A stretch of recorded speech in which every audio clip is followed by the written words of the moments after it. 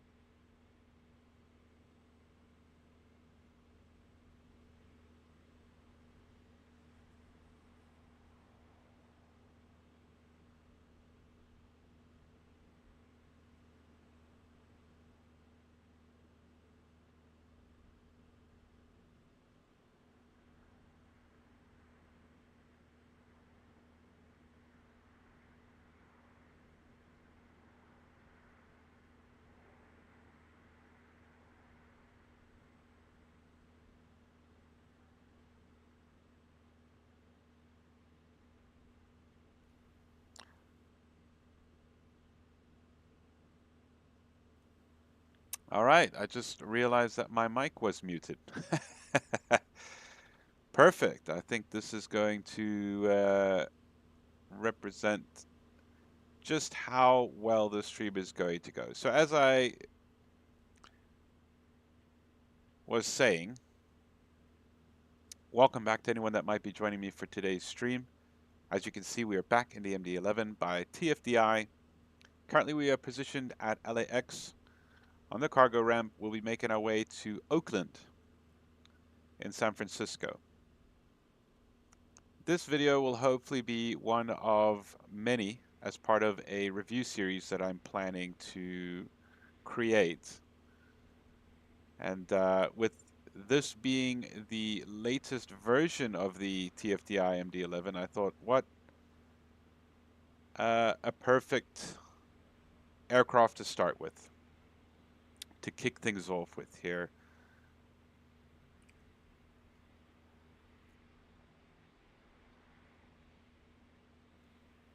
I've labeled this video as a second impression video, as we've done a flight in this aircraft already.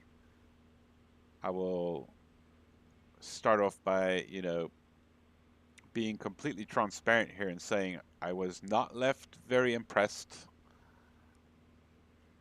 with my first experience,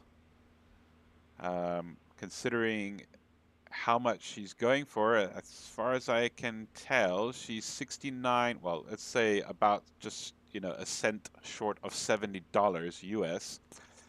So she's a pricey beast. And there is a freighter version and a passenger carrying version.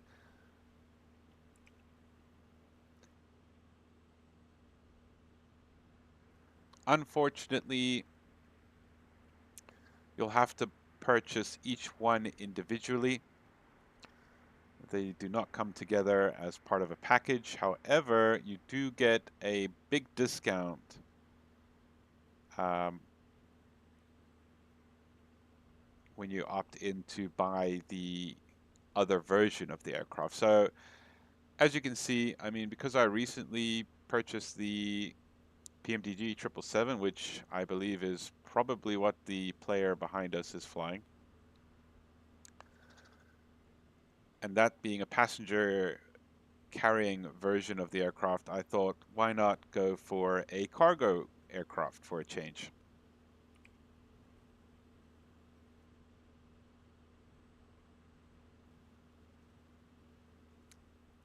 So yeah, as I said, this is going to be a review series or review sort of episode. So we're going to start off by just examining the aircraft from the outside in, and we'll take it from there.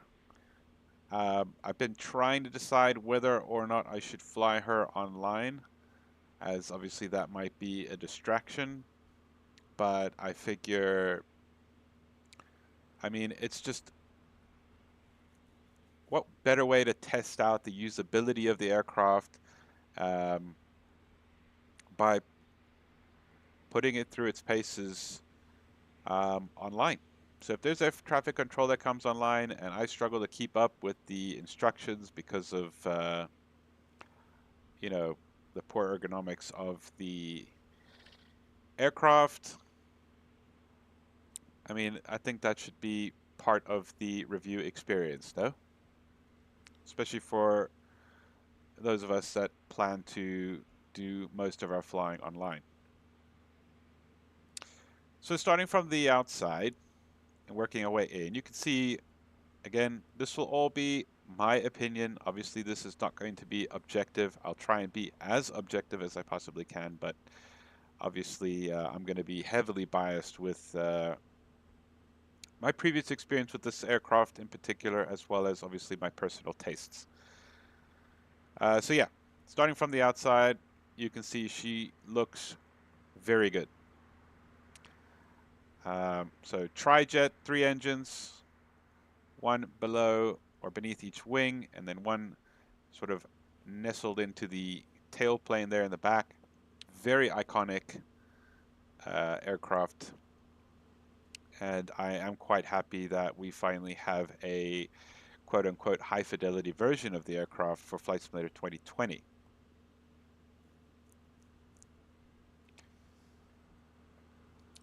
I'm not sure, I can't remember if this is a custom livery downloaded from, I don't think any liveries come with the aircraft, if memory serves. You have to download them separately. There are liveries available on the website, as well as obviously flightsim.to.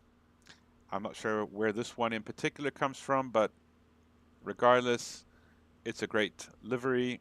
I am a big fan, especially when we talk about uh, really classic aircraft, old school aircraft, such as this one. I want to see some wear and tear. And as I heard a YouTuber pilot recently mention during one of his streams, is that cargo aircraft apparently they don't really get looked after, shall we say, externally as well as the passenger carrying aircraft are. Generally, paint jobs are reserved for the big maintenance sessions, if that makes any sense. So it's not uncommon to be seeing these cargo birds a little dirty out in the real world. So yeah, as I said, I mean, what more is there to say? The chrome's looking decent. It's looking dirty as I'd expect it to be. We've got some nice dirt streaks on the flight control surfaces. You can kind of see some rivets. Let's get back into rather the drone camera here. That is a very loud GPU. Let's get up close and personal here. So yeah, you can see, look how beautiful that looks. You got like all these little scratches and markings on the bare metal components, the flight controls, the dirt scuff marks on the skin. You've got the drooping of the flight controls, which is a nice detail to see. Even the weather veining of the rudders. That's always a a big plus in my books when I see details like that. The chrome's decent there on the tailplane, on the exhaust here. I mean, overall, outside, she's looking good. I mean, we can probably just jump in down here. You're probably not going to hear me, so we'll just be as quick as we can down here. Gear is looking pretty decent. I mean, I'm not really going to fault add-ons for not having HD level gear textures. But I mean, they have to look decent, and I would say that that ticks the box here. Let's jump inside.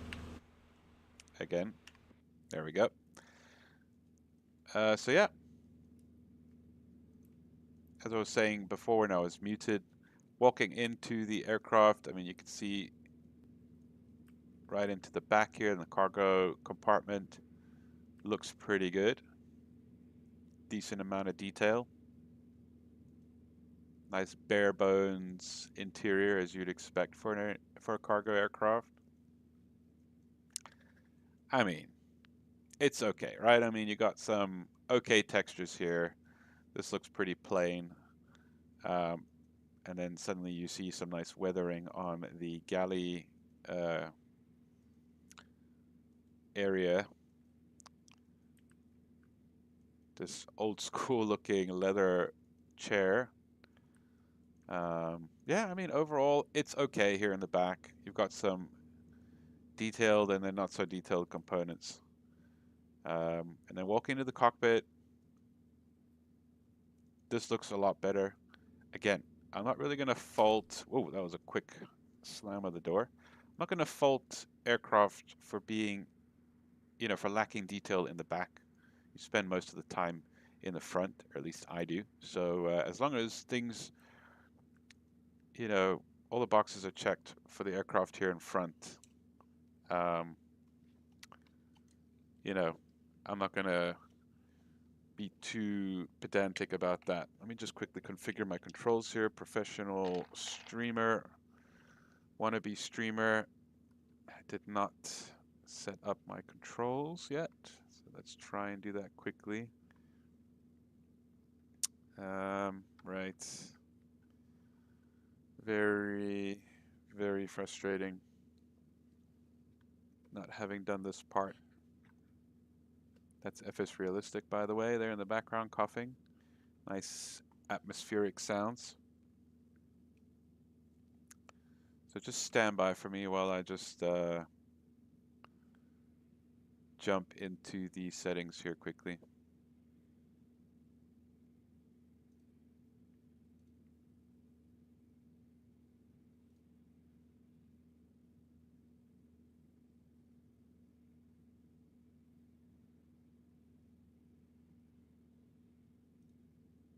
I'll just hit you guys with the splash screen just quickly.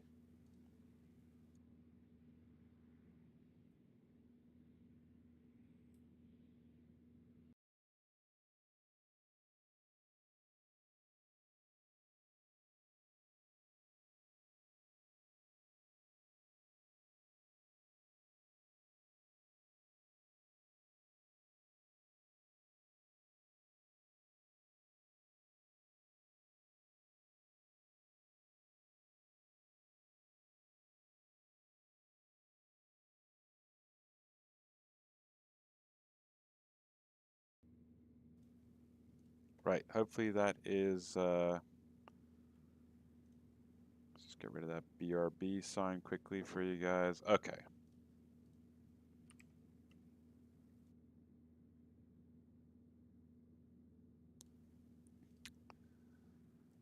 So, I don't know. I feel like it's okay. It's good.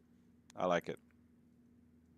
I've heard some people, you know, not what switch did I flick here now without knowing it? Guess we'll find out soon enough. So overall, it looks pretty good. I like the detail. It's not bad.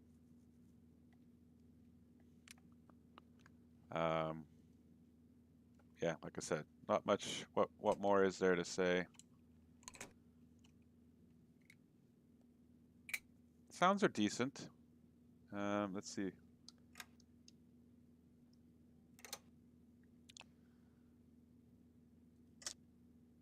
It's not going to move because we're not configured yet to start, but yeah, you get the idea. So let's get the power started here. Enough faffing here on the ground. Autopilot.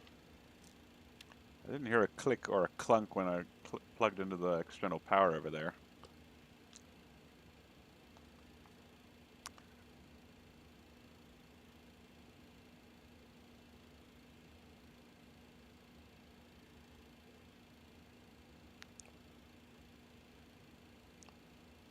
All right, logo light, come on, just because I feel like it. Nav light should be on, right? Yeah. And we can arm the emergency exit light. So the scroll is a little funky here. I mean, you get used to it. It's just opposite to what you would expect in the other aircraft that we're more familiar with. All right, so this should be, yeah, so we'll just reset the fuel use. Let's dim the annunciators. And the max pointer reset. Okay, where is the, there it is. Overspeed. Overspeed. Overspeed. Overspeed. There should be a fire alarm test switch somewhere, I think.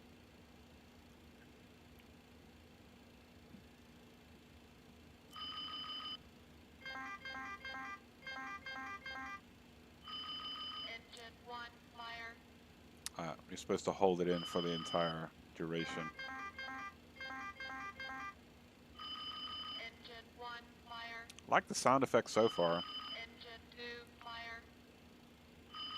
Engine 3, fire. Engine 1, fire. All right. What else can we test here? I don't think can we test this guy? Glide slope. Oh, we can. Pull up.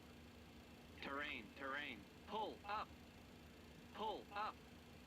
Sink rate. Pull up. Terrain. Pull up. Okay, I think that'll Don't cover that. sink. Oh, all right. Don't sink. There was more to Too that. low, terrain. Too low, gear. Too low, flaps. Too low, terrain.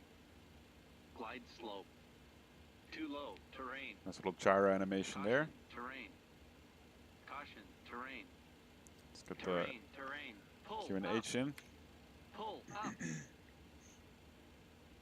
All right, and then the takeoff configuration check. Stabilizer. Flap. Flat. Sounds like she's having a stroke when she says flaps.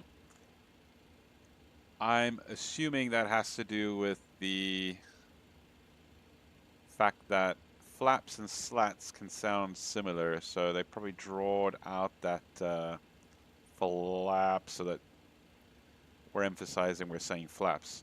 Now, as part of the new update, they have a realistic brake or parking brake system. Let's see if that works. Okay, already my bind for the parking brake's not working, so something's changed. Hopefully for the better. If it's like the other aircraft, I believe you would, what, push down on the brake pedal and then, there we go. Okay, now the bind works. That's nice. And if you tap the brakes, there we go. Very nice. As you can see, the accumulator there, every time I push, it's going down, so that's good to see. And displays, everything else looks pretty good. I mean, it's not, I I'm not angry at anything there.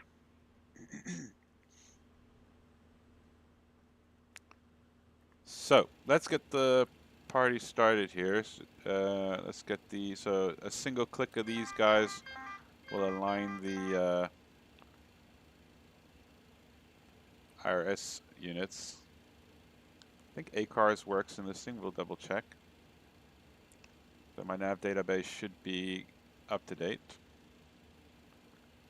Let's go to the initialization page. So we're going to, let's get our flight plan up and running here. We are going to KLAX to KOAK. So KLAX, KOAK. Not a very long flight, but I mean, we're going to be taking a lot of time to really look at the ins and out of the aircraft. So our alternate is going to be just to fly back to KLAX. Our flight number, we'll just say FDX 138.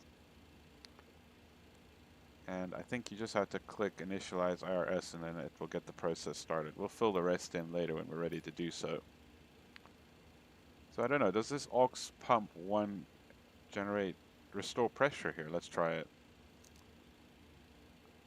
It does for one of the systems. And I think there are other pumps up here.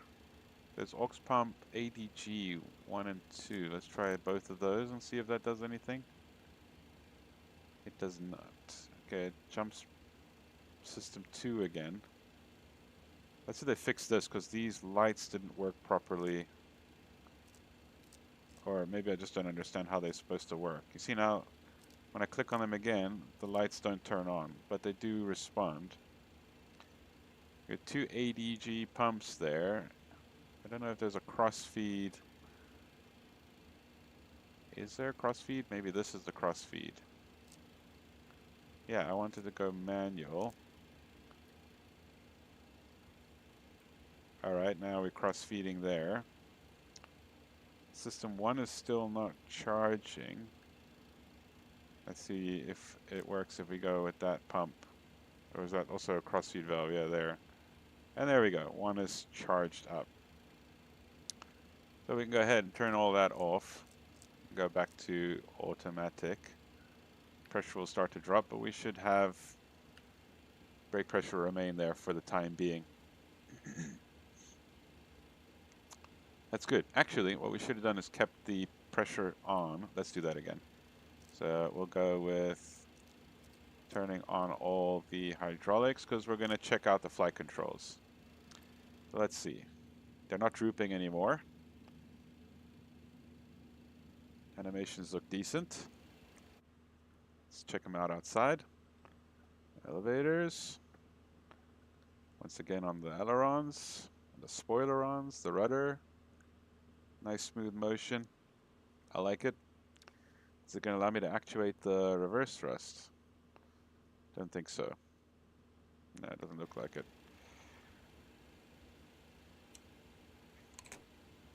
I don't know if that's because the engines aren't running, but yeah, anyways. Let's check out the flap animations. So there's a camera view I put here in the back for us. So let's try the spoilers quickly. And they go up, snap up quite quickly.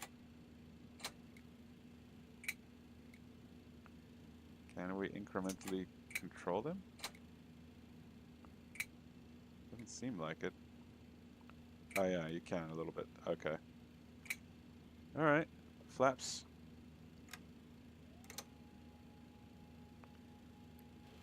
Are we supposed to see slats? Yeah, they're going down.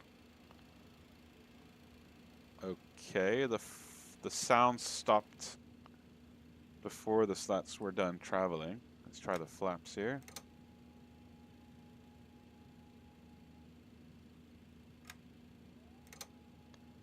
I suspect they recorded sounds that were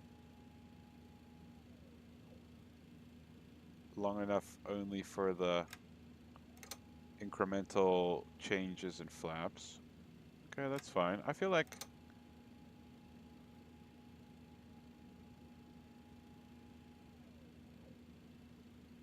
that's fine, I guess. Let's see what happens if we do continuous retraction. Yeah, so flaps are moving, but no sound.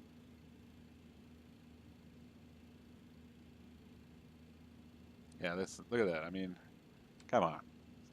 I'm going to be referring to the price a lot because it's a lot, right? 69.99, 70 bucks. And it's 2024. And you're telling me you can't record a flap sound that's long enough to cover the full travel of the flaps. I mean, pretty much, if I'm not mistaken, every other aircraft does. So, I mean, come on. Otherwise, I'm happy. The one livery I flew with before was quite poor, so it definitely makes a difference to get a good livery pack, because this looks a lot better than the first livery that I tried. Alright, so that's the flaps and the slats, the spoilers. Parking brakes now more realistic. We've done all the tests that I know of. We've armed the emergency exit lights. Yeah. All right. So I'm gonna, I guess, try and not do too much talking. This should still be a normal flight, and I'll recap at the end.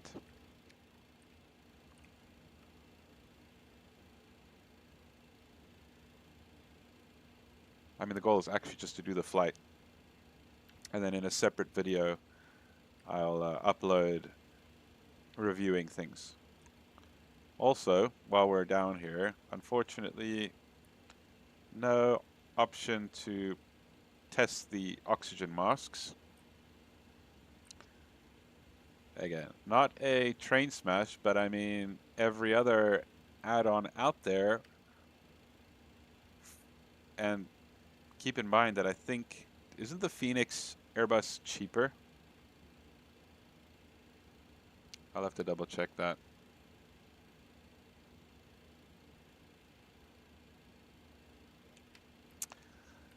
Especially if you're going to opt for two modules, or the two versions, right?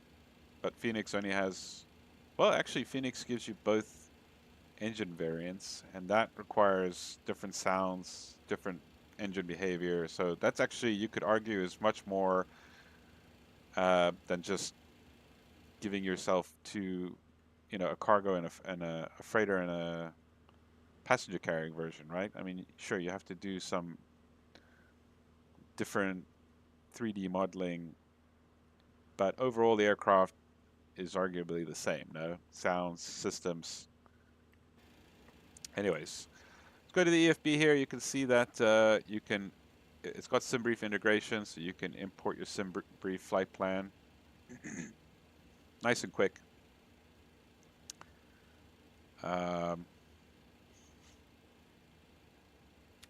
It's the payload, so you can actually load from the flight plan. So you can do set payload and fuel.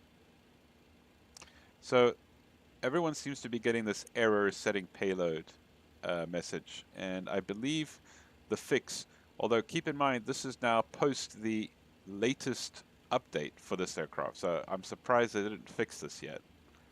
But you just need to go and cycle back to the unit of choice and go save. That, I think, resets the system, or the aircraft system itself. The FMC is not matching the units that you see here. Oh, you know what actually is the problem? Yeah. So as you can see here, everything's in kilograms. And the option here set is we're in Imperial because we're in America. And I fly on metric, so this is something I wanted to do before the stream, but I actually forgot to do it. Is that if your flight plan units do not match your in-game units or the aircraft's units, then you're going to run into issues like that. So I can clear the error by changing the units in the aircraft, but I want the flight plan to reflect what what units they'd actually be using here in the US. So that's the new flight plan now created. Let's fetch the new flight plan here. So now everything's in pounds. And if you go back here, you can reload the plan, and there we go. Everything's in pounds. The aircraft is set to Imperial. Now if we go to set fuel and payload, you don't have the error. And now we're set at about 43% of our maximum takeoff weight, or maximum gross weight at least. And as you'll see also, now the cargo pallets are actually visible in the back of the aircraft. It would be nice if they could be animated like the PMDG. I think the PMDG has, I'm not sure. I don't use the PMDG external load models. I'm using GSX, but yeah, that's neither here nor there. It's a nice touch to be able to see the pallets being added to the aircraft. Also, speaking of adding pallets to the aircraft, you can, if we go to the services, there's a nose weight. Check this out, set. They've like literally added weights to the nose wheel here. I guess obviously to prevent the aircraft from seesawing backwards in case they make a mistake with loading the aircraft. I mean, I guess you have no choice but to load from the back going forward. So yeah, if that's a real risk, you can actually weight down the nose wheel, which is quite cool. As you've heard, we've got the GPU connected. A lot of people have been complaining that it's really loud. I find that ironic because one of my other gripes of this aircraft is the fact that you could barely hear the APU. The screaming turbine in the back of the aircraft is barely audible, but the diesel engine here, that's gonna take the you know, the majority of the volume, less so the decibel levels outside.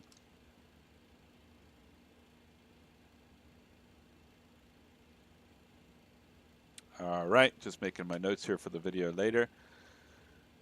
So while we have the hydraulics charged, actually, let's discharge them.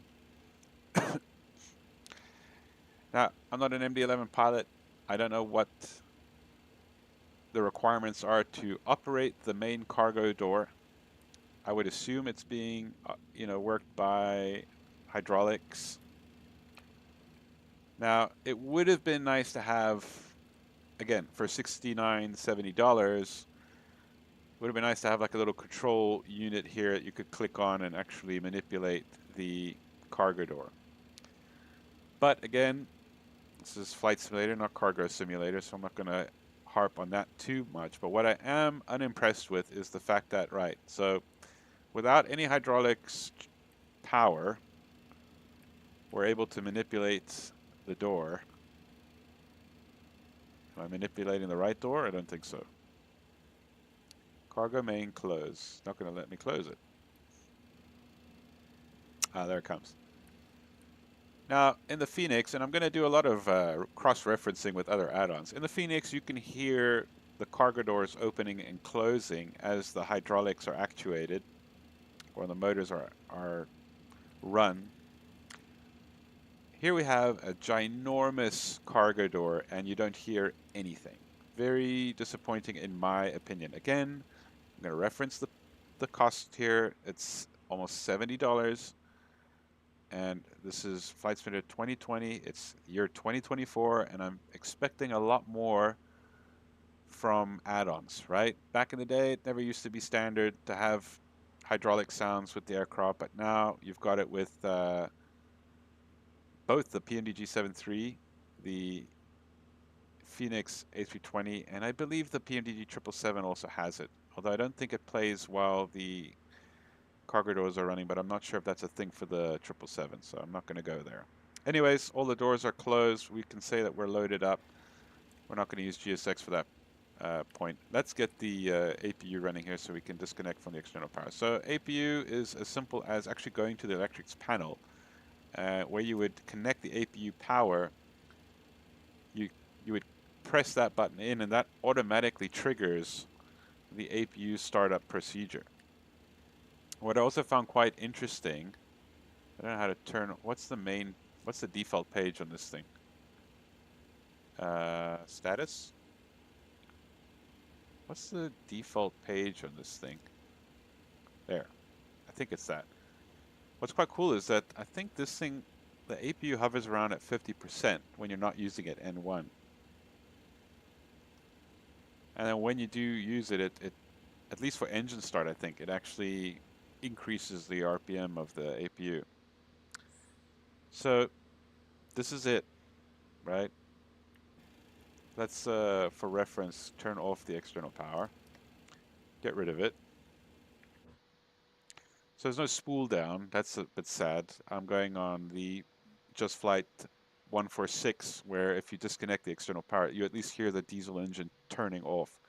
It doesn't just fade to black. It actually, you can hear the engine being, the generator being turned off. So this is the APU. This little whisper. Now I don't know where the APU actually is in the MD-11. I think it's somewhere in the middle. So that's why the sound is more louder. And I use the term louder very lightly here. That's it. That's the APU. 69 bucks, Bryce. I think I was going to say bruh and bro in the same, and price in the same word there. So about 70 bucks, and again, I hate to harp on the price the whole time, right? They can choose what they want to charge for it, and I'm the sucker that bought it, right? That was willing to pay all that money for it. But I'm going to say that there's got to be a standard that, you know, a minimum standard that needs to be met when you start going above the $50 price point. And I want a fully immersive experience with that, for that kind of money. You get it with the 777. I'll do a review on that one soon. I believe the PMDG, the 7.3, the APU is a little weak, but it's a lot better than this. At least it sounds like an APU. This doesn't even sound like an APU, to be honest. This sounds like what an APU might sound like if you were living near an airport and you kind of heard an APU in the distance.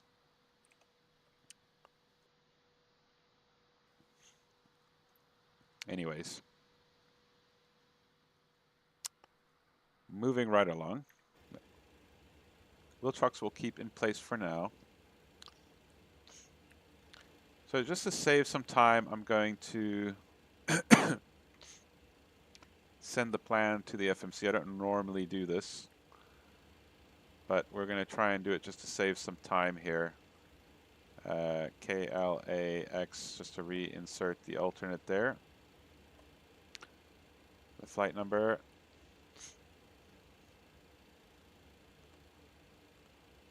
What was it again? 138. Cost index 20.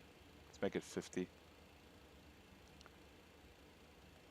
Cruise level 340. I'm not sure what the temps is. I've never been able to figure out how to insert that, so we're going to leave that out for now. Payload is 42.0 for the 0 fuel weight.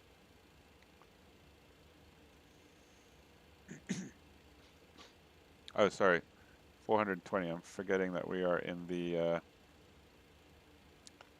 Imperial units now. Block fuel 45, make it 7. Takeoff CG, so we can put the CGs in automatically. And I think that's it. I still not sure what the fuel dipstick does. That one we'll look up later.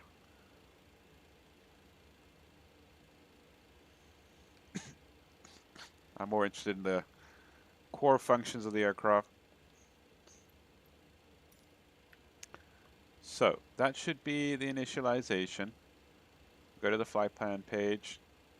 We're going to go ahead and input our departure. So it should be KLAX SID. So it's very Airbusy, the FMC. We should be 25 right, I believe.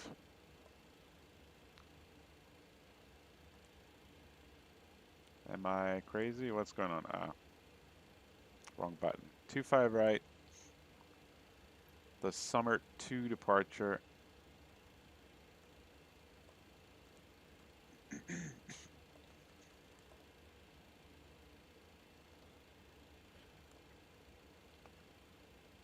Looks good. Insert. There's a discontinuity. We're going to go direct to risen after that, so we'll just remove that. And that looks good. We'll do the rest of the flight plan in flight. Or, let's do it now. Why not? Can I go backwards? We can.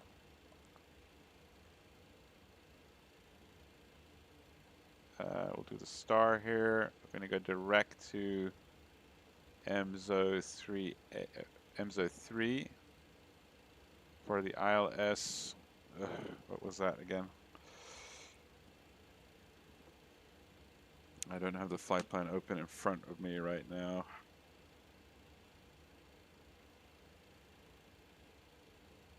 I had the transition and everything. Let's just go quickly. I just want to log on to it.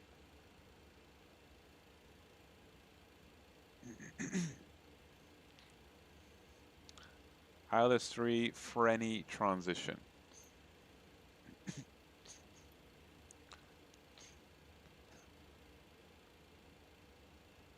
All right. Insert. We'll figure out the rest later. So performance is next. That's actually on a separate page. There we go. Takeoff. So we do have a performance section here. You just got to find the click spot for it. 25 right. Runway length. Get the weather information. The takeoff. Oh, okay, it does do that. We'll flex. Not that I think the flex works, but yeah. Let's see what, and the packs will stay on. What flaps do they give me? 25. Yeah, right, because you got to dial the flaps in. It's just under flaps 28.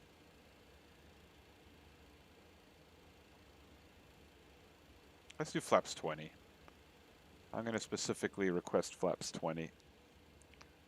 So we'll go for specific flaps. You can use your keyboard. Recalculate. All right, so flex of 59, flaps 20. Flex of 59, flaps 20. 35, 47, 61.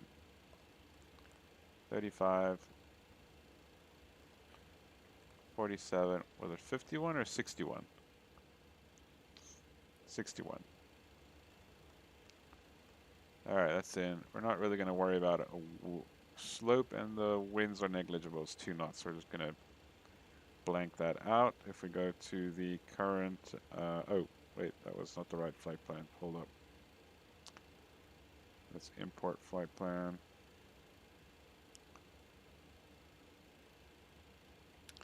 Let's see if the ATIS system works here. Weather. KLAX. METAR. Send. Does. That's nice. Wind's a variable.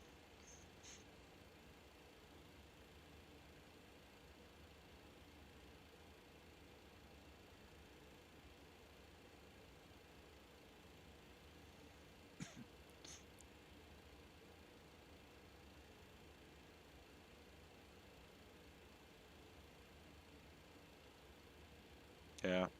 there's not going to be wind, so they are negligible basically, so it's fine. Outside air temperature though is, where's the temperature?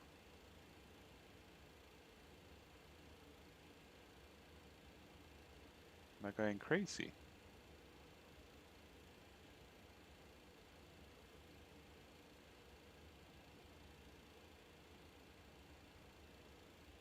(21 Celsius). I think you have to, yeah, put it in there. Alright, 36, 47, 61. Alright, we got that in there. Performance is in there.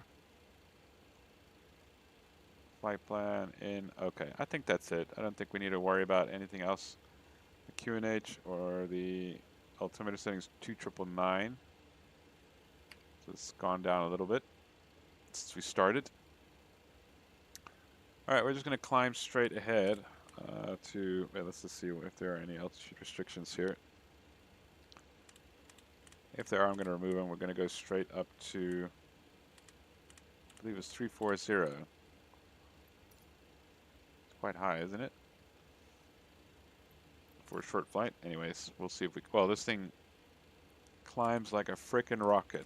Apparently you put your V2 in there, so we'll go to put in 161. Another gripe I had, although it seems like they changed it, I think they changed it, was the scrolling, the forever scroll. Alright, we want the runway heading in. 251, I think it is. That it is. The scroll logic was terrible before. You had to scroll forever. I think it's working better now. I had such a terrible experience flying in the German air traffic control network the other night. I was really struggling to keep up with their instructions because the scrolling was so slow that by the time they had given me, you know, or I'd finally put in the correct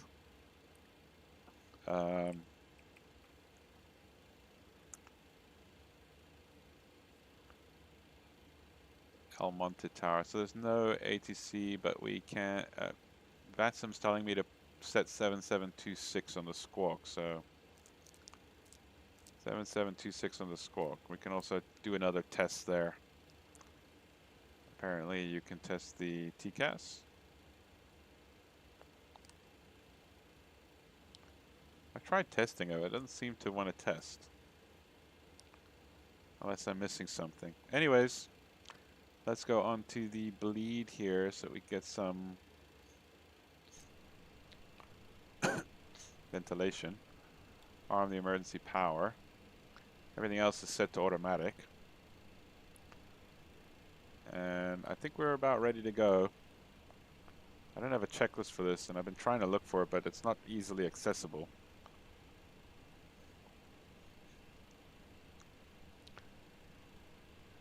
And apparently, you have to use the local frequencies.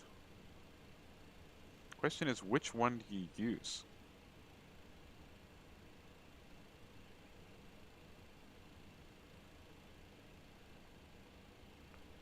How do you find out the CTAF frequency for the airport in question? Let's see.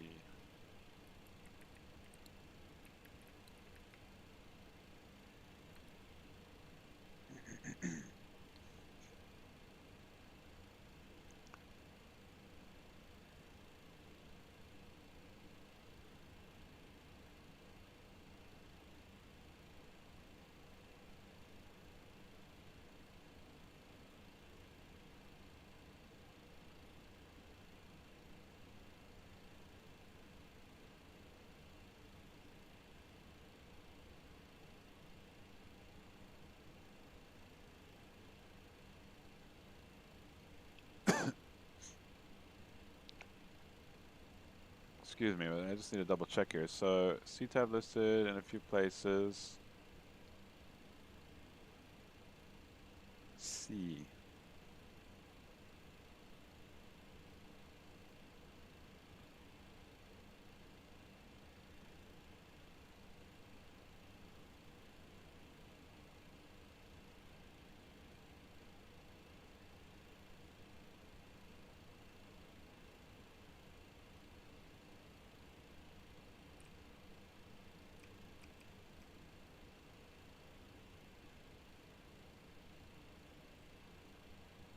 believe there should be a C.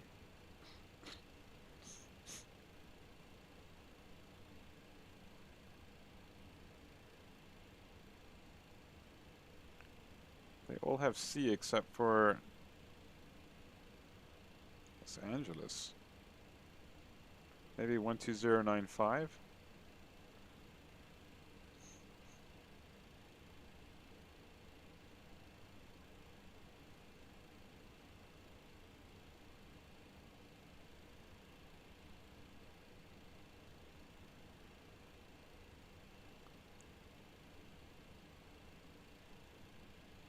Oh, large airports? Here it is. Okay. That's what I'm seeing for the Los Angeles, but there's two, so which one?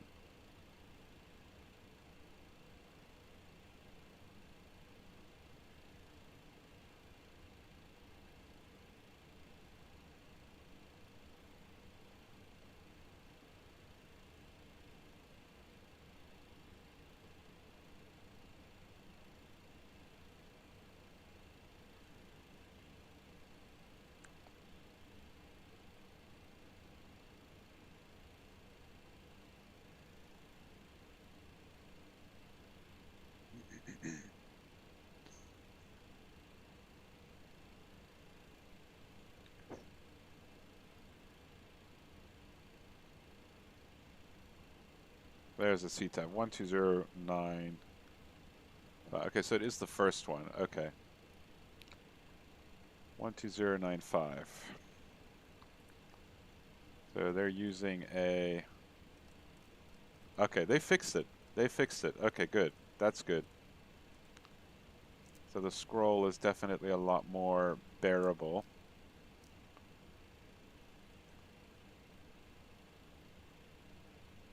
We're going to stick to that. All right. I think that's it. We're going to go with just exponder, altitude reporting off for now. All the trims are zeroed out. We've got a couple of aircraft back there. Let's remove the GSX stuff here. Let's go request pushback. I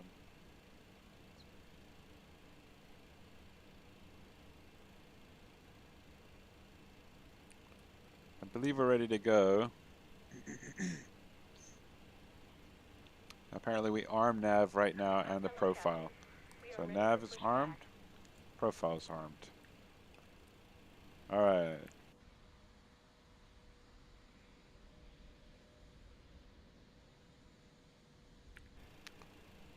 I think we might actually, I don't know. Nah, screw it. We'll just use the correct runway. So it looks like 25 right's the way to go. We can go via Foxtrot. Oh, we can actually go via, yeah, all right, we'll do that.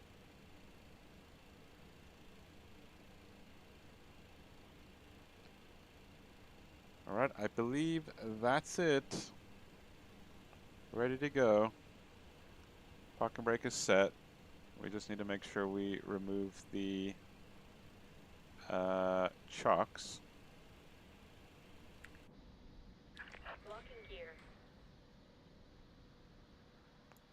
Does this look like a straightforward push? I don't think so. We're gonna custom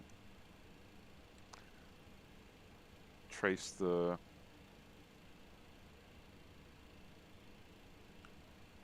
alright, we're gonna go with quick edit. I think it's better we just go this direction.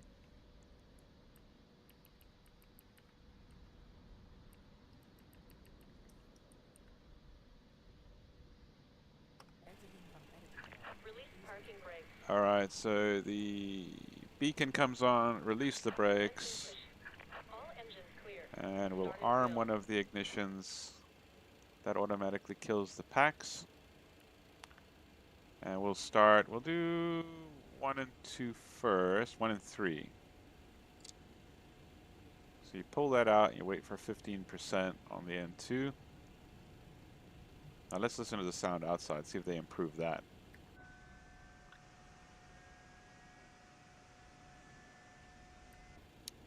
too late?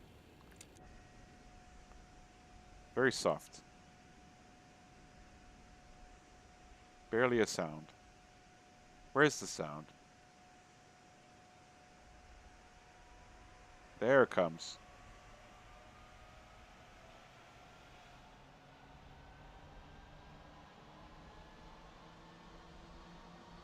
So they didn't fix that. So that's also a frustrating thing.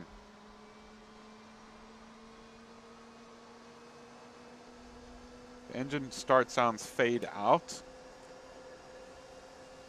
and then come back. That's not cool. But otherwise, from,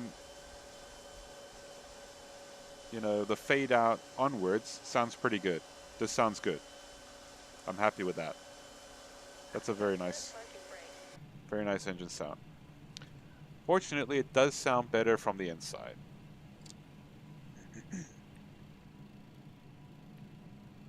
There's no fade out, nothing like that.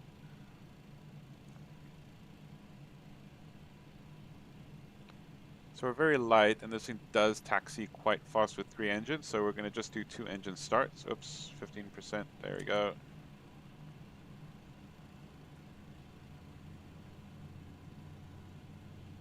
Unlocking gear.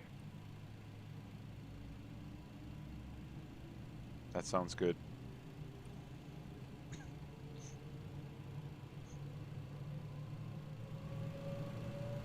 Hope the sounds are okay for you guys. Ooh, that sounds good. Tow truck disconnected. Bypass pin removed. Left is clear. Right is clear. Stab trim needs to be 5.2. So there it is, showing 5.2 coming up. She said right, left and right is clear. The clicking sound for the trim on the stick also very loud, but not too bad. Alright, so we're just going to disable the ignition so we can tell the aircraft systems that that's it for now as far as startup is concerned. There's the gear pin.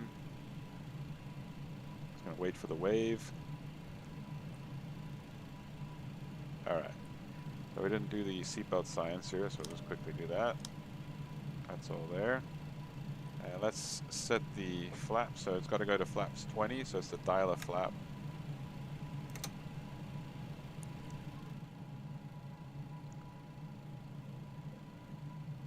There, the flap sounds stop, but just before it, which is okay, I guess. Now you can, if you want to, bring up the flight control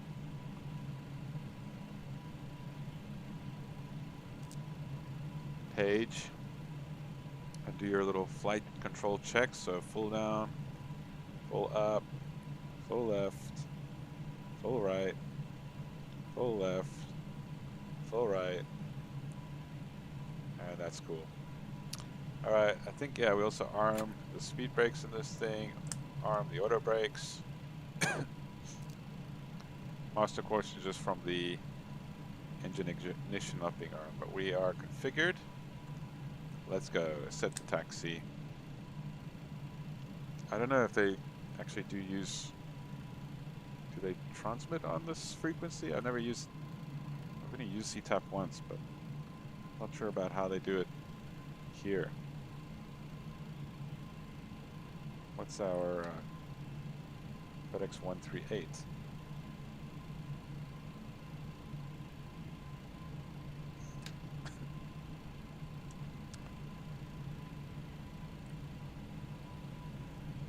There's a way to remove this thing.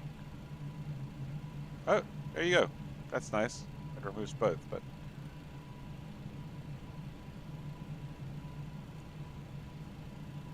so I'm using my tiller that I assigned to hardware. I don't know. I guess we'll just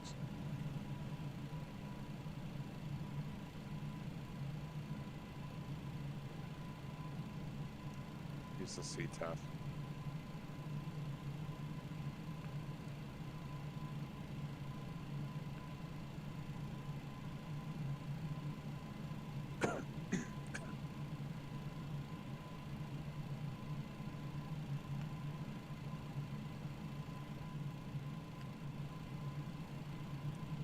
Los Angeles traffic, FedEx 138 cargo apron, taxi tolling short runway 25 right.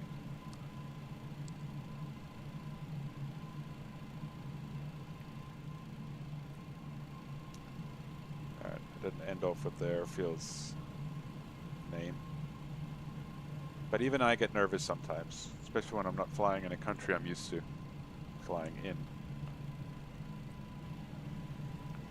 So it's not a 777, we don't need to oversteer too much, but yeah, you want to make sure with narrow taxiways that you're still keeping the wheels, the main wheels on the tarmac.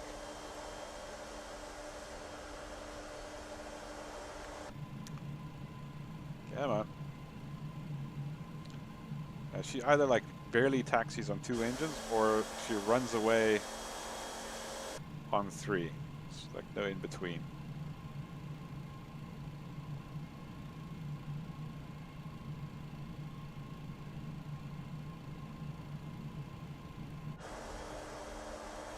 So it was quite narrow for a wide body aircraft. All right. So, okay, yeah, there is some, I don't know, is there dampening? No, I don't think there is dampening.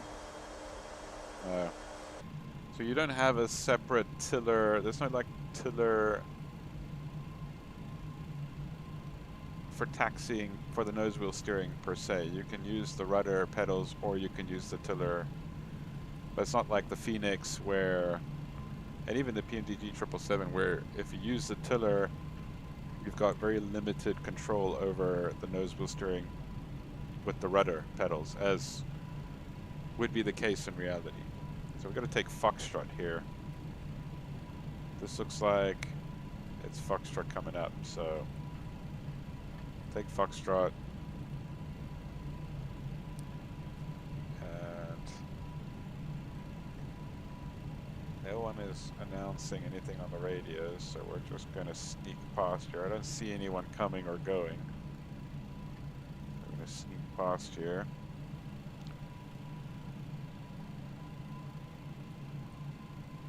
Come on, don't stop on me here. Let's get the strobes on here. Come on.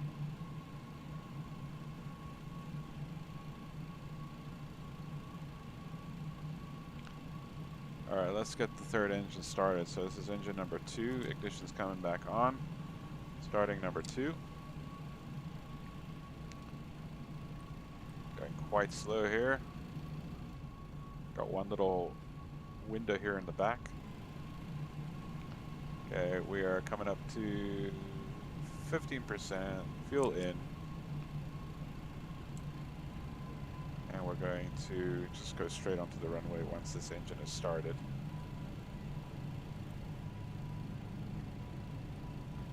Third engine coming online here, well, number 2.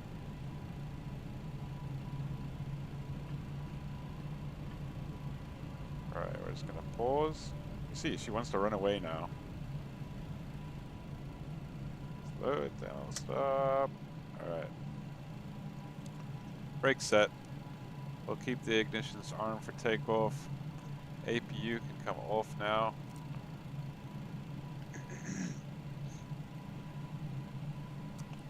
Everything should be still armed and ready to go.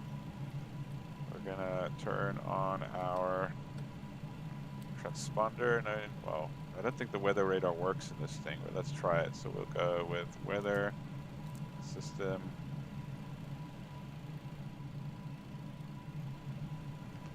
Alright, I'm not getting anything on the radio frequencies here. So we're gonna just go straight up. Nice parking job. Nicely between the taxiways. No one's reported anything, so we're gonna go for it. So roll your mouse in the opposite direction you would expect it to be. Everything else is good to go. Heating systems, I think those are all okay. Windshield anti-ice comes on. I think that's fine. Alright, so go via Foxtrot. We'll just say Los Angeles traffic, FedEx 138, lining up departing runway 25 right, Los Angeles. Okay, brakes released. We have 3 engines now, but we're going to just use the middle one. Okay, radar on is flashing, but that's because we're on the ground. Now this thing has its own little takeoff config. You can do that and see, okay, it doesn't shout at you when you bring the thrust levers all the way up. And this green box, if something is missing, it would tell you in that green box, and it wouldn't be green anymore. If nothing's missing, it's a blank green box.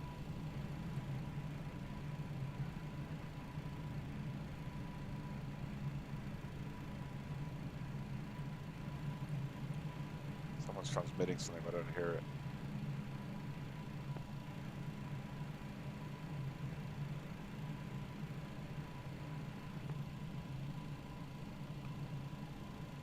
Our station calling is just static, only static.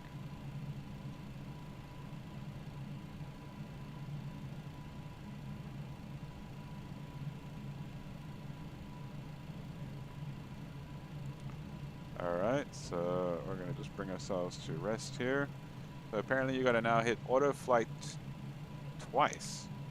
I think only once, because it only does something when I click once. Alright, so bring the thrust levers to about 50% as you would most other airliners. And then when you are ready, you can bring it up to about 70. You should expect... There, I think it's captured the... Yeah, it's captured my thrust levers, so the auto throttle system takes over now. My views are locked. We're at 80 knots already. Now this thing is super powerful, so be prepared for like a climb out pitch up attitude of like 20. I don't know where there's V1 and V2. They don't mark it on the speed tape. I don't know if that's a mistake from my side or a mistake from their side. Alright, we go up. I'm going to just go straight to 20 degrees here. It wants me to go up to frickin'... Okay, let's get the wheels up here before we forget. Alright. Go down to 20 here. We're slowing down a bit. Alright. Wants us to go down a little. I did actually overcook it a little bit. I was looking at those lines, not the pink ones. Let's trim down a bit here. Now let's go over to auto flight, but I need to first get to Stabilizer motion. match the pitch from the flight director before I do that. Stabilizer motion. Oh, we're capped at 3,000. My bad. Ah, goodness. We're screwing up here already. Okay. It's fine. What we're going to do Stabilizer motion. is we're going to get this guy and this guy. Go to auto flight. We'll go up to 250 knots here.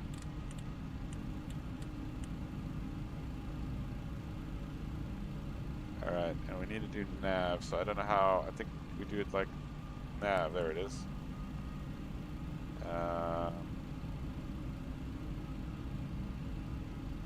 Map. Alright, luckily it was a straight out departure. I can bring the flaps up. We're really screwing up here nicely.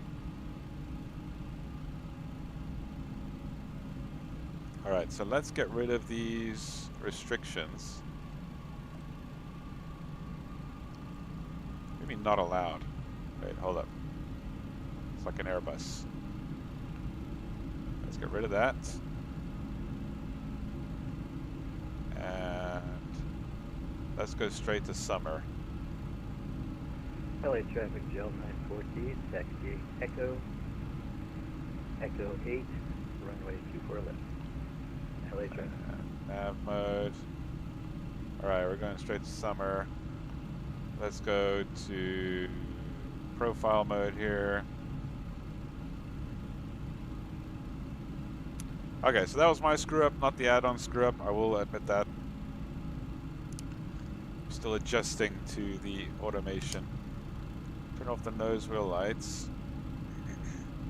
They're gonna like come off anyways. Struggling to accelerate. I shouldn't have my slats up just yet.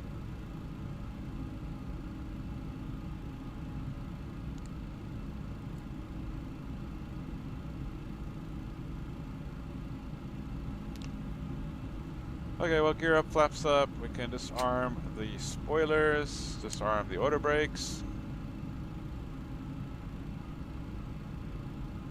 Are we limited by speed? Yeah, we are. It seems like it. Well, we shouldn't be though. Something's wrong with our speed situation. Oh, FMS speed. There we go.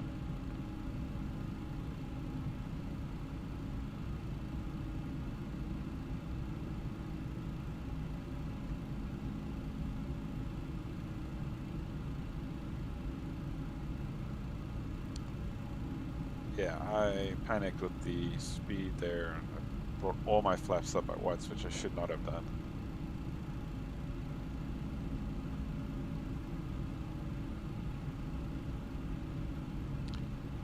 Not sure how I feel about this transparent gear lever thing. It's like a little too transparent. Like there should be some distortion on the letters. I mean, I can see through to the letters perfectly. Alright, so if we look at the automation here, we are at climb thrust.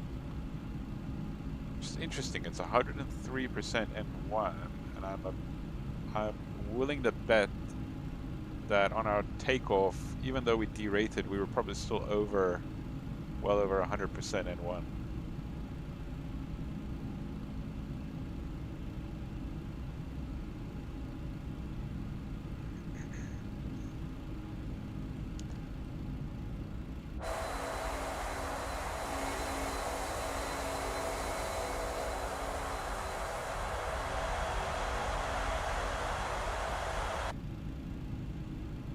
I believe you keep the ignitions on because whenever you turn them off, it doesn't seem to like that.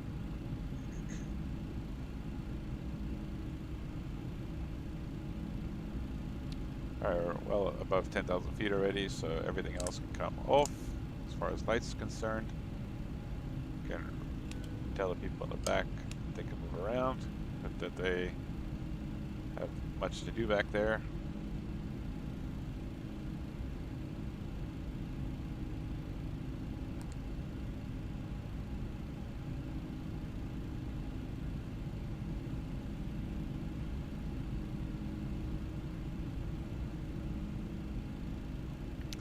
So there we are in the air. I screwed up a relatively simple takeoff procedure.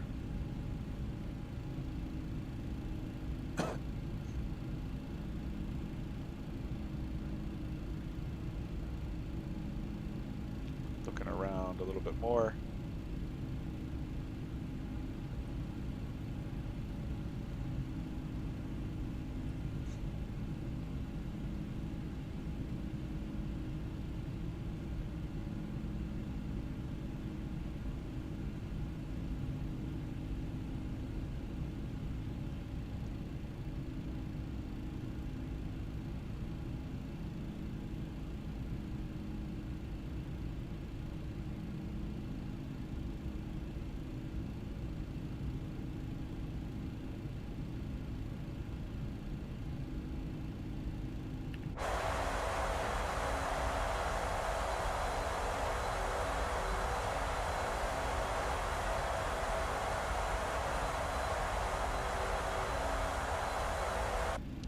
So already on the handling, because that was also another issue I had with the aircraft with the first flight, was the handling. In the roll axis she's fine, but in the pitch axis, very, very sensitive, even with curves in place. So I'm hoping that they fix that, because it's really, I know this aircraft has a reputation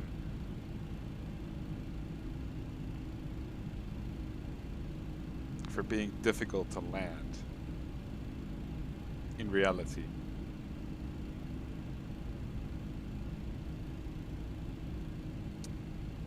But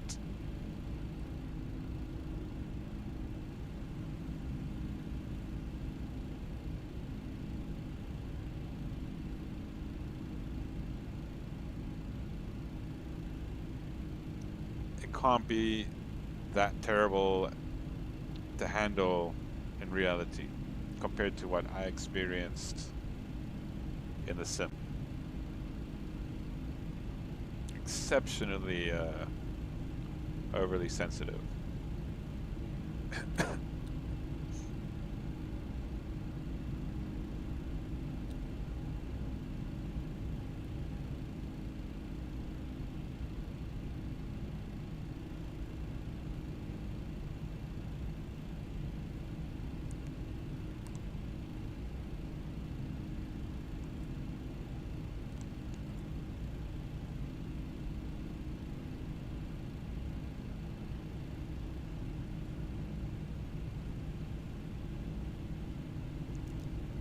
Go through all the pages. So here we've got our cabin altitude, cabin rate, as well as fuel, gross weight. That's pretty cool. Even a live CG value.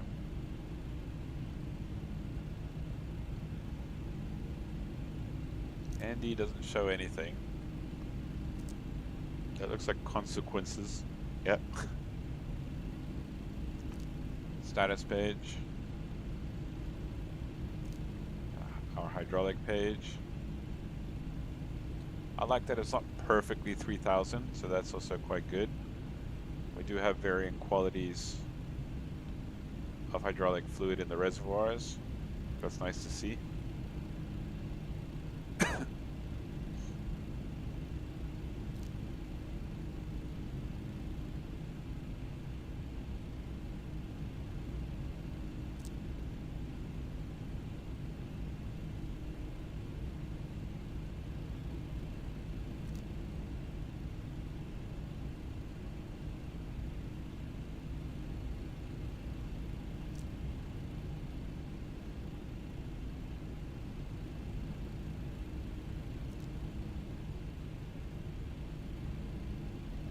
I wonder what will be on the miscellaneous page.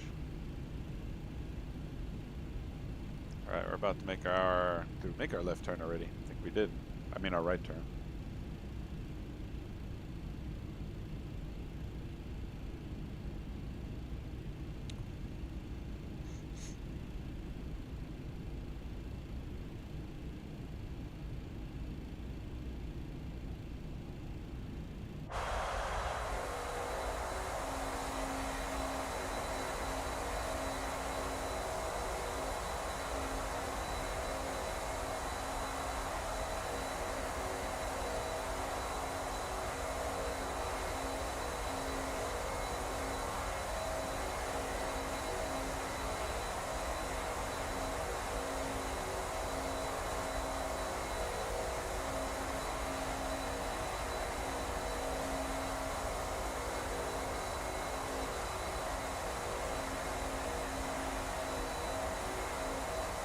Artifacts there.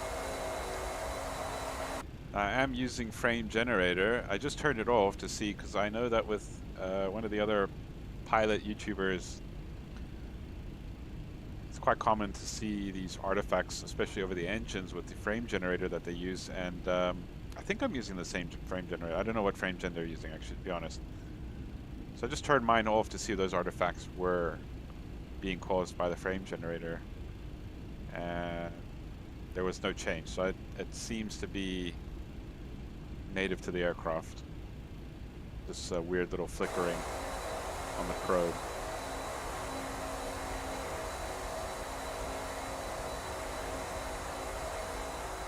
LA traffic, Southwest 2051, good afternoon. We are 30 nautical miles away from the airport just north. Continuing per the IMR 2, 12,700. We'll be taking the ILS approach for runway 24 right. LA.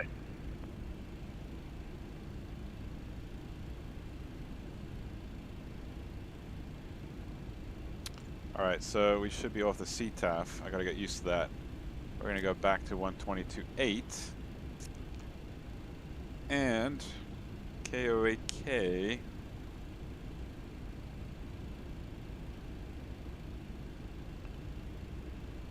2095 is what we used before. So I have to look at the FAA sectional for... You guys really want to see that? I don't know. Let's see. Nah, screw it. This is just we're trying to just do the review for the aircraft. Before we get to that, we'll just continue monitoring the aircraft here. So we're currently at 2902 for the altimeter because we're above 18,000 feet as is standard in the US. We're at 31,000 feet, making our way to 34,000 feet. The automation seems to be working just fine. Looks like our TOD will be, our top of descent will be just prior to hitting MZO.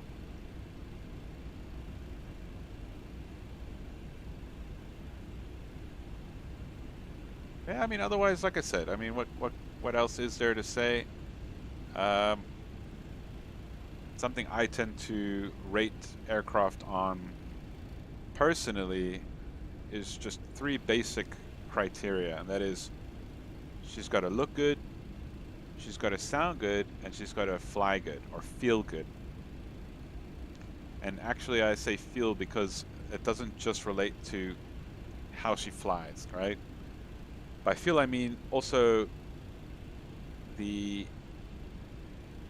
immersion factor. So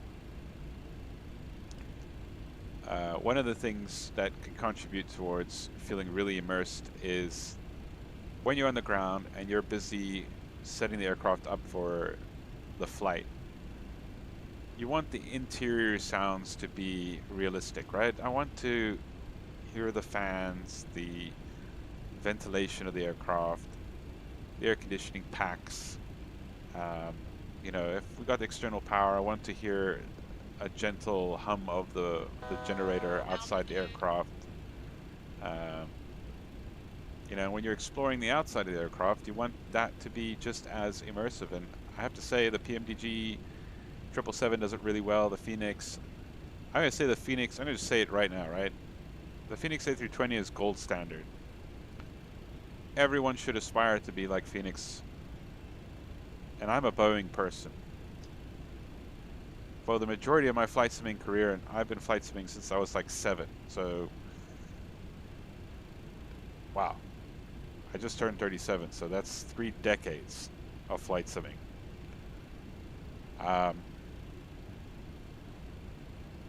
Wow, that just blew my mind. But anyways, what was the point even? I lost my train of thought. Man, I'm old. Damn, 3 decades. What was I trying to say?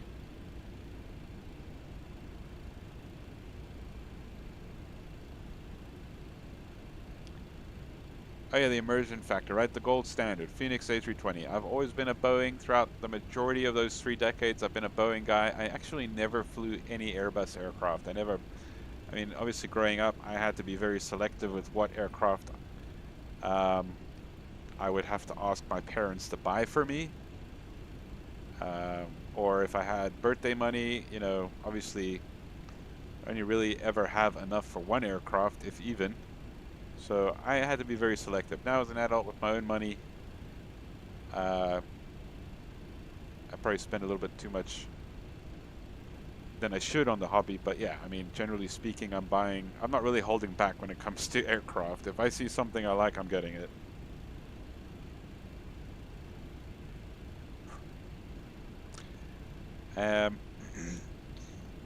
Not a good habit to have, but it is what it is.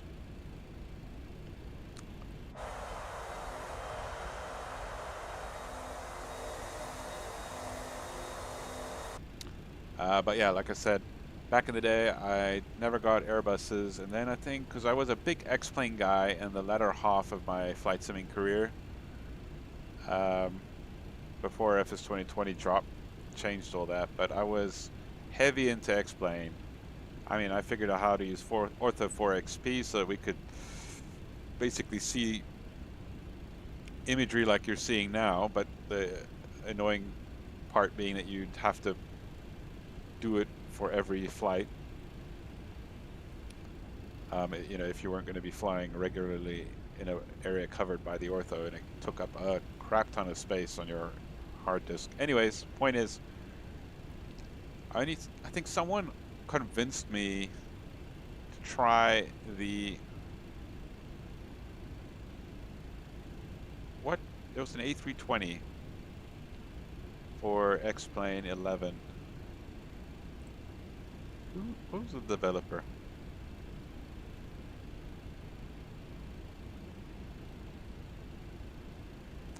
I've got Phoenix on the brain, so I can't remember. Was it?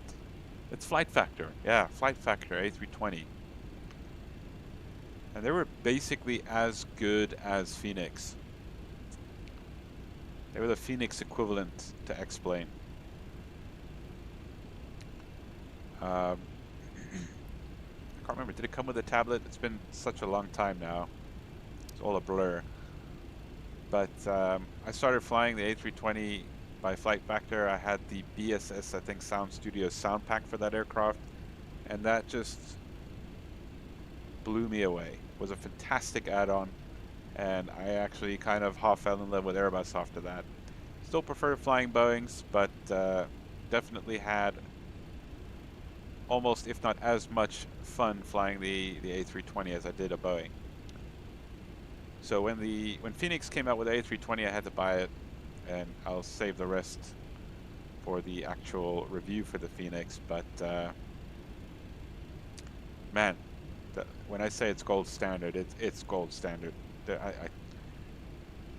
You know, spoiler alert, I don't think I'm going to be able to find any fault with the A320 from Phoenix. It's just the sounds are amazing. Sounds super immersive outside, super immersive inside. The cabin sounds are great. They really went all out, and considering how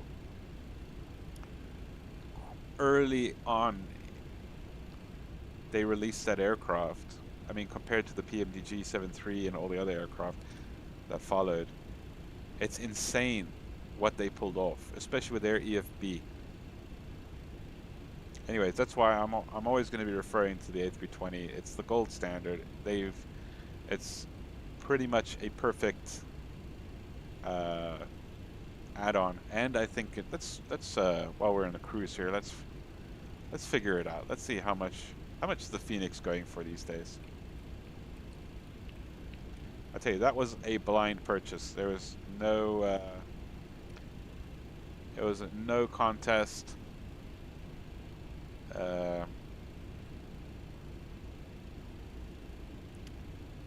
$50.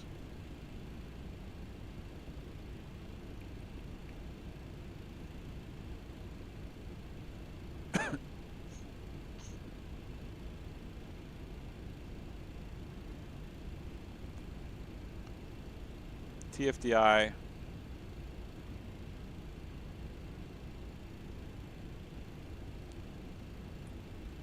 $70.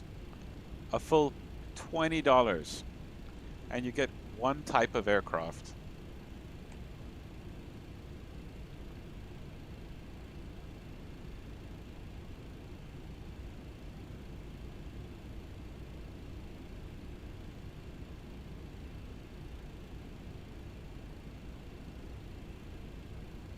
If you wanted to get the let's just log into my account here. How much is the upgrade?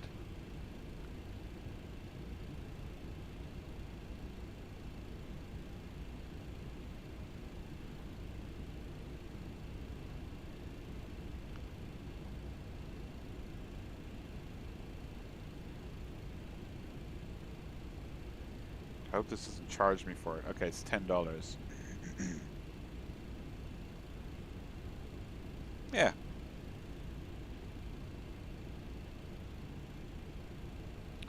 So if you wanted both variants of this aircraft, you'd have to pay $80.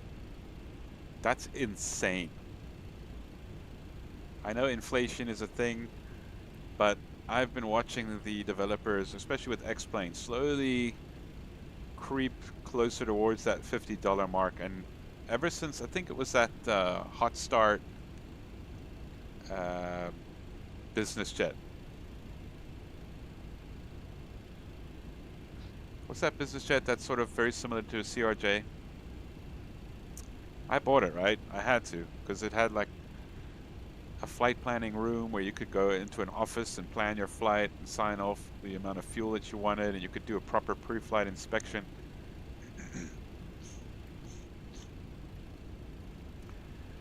I mean, compared to today's price system, it's worth it. But back then, it was exceptionally expensive. I kind of half regretted purchasing it because it's just way too much money for an add-on, for a mod for a simulator.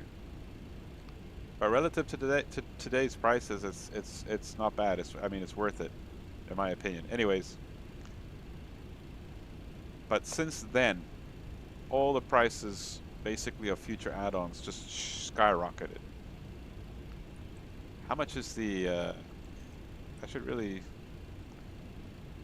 start researching this stuff. So the Mad Dog MD-82 for Flight Simulator.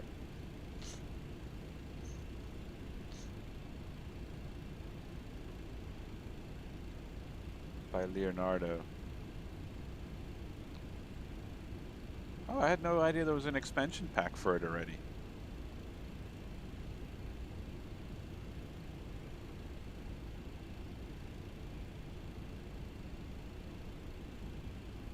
Is it the same look, the same instruments? Looks like it.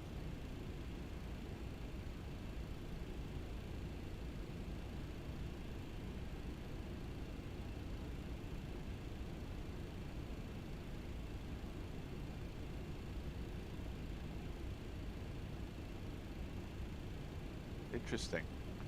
Apparently it's a little bit different. Oof, 25 euros.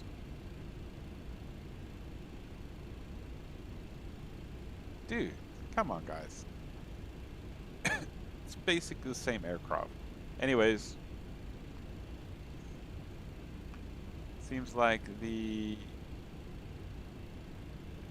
Mad Dog is 75 euros. My goodness.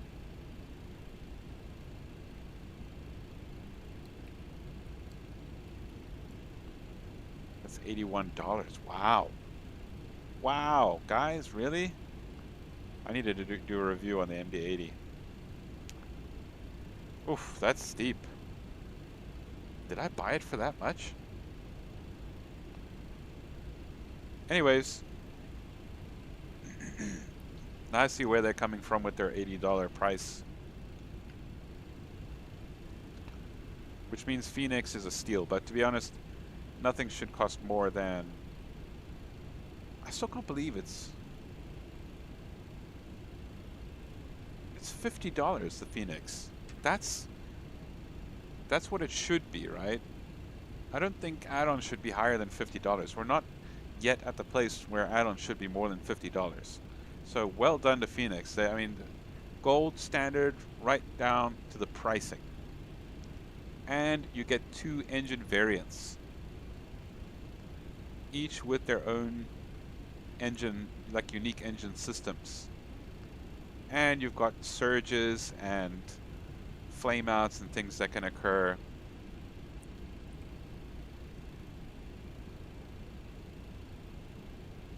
This product, as far as I'm aware, has no damage model.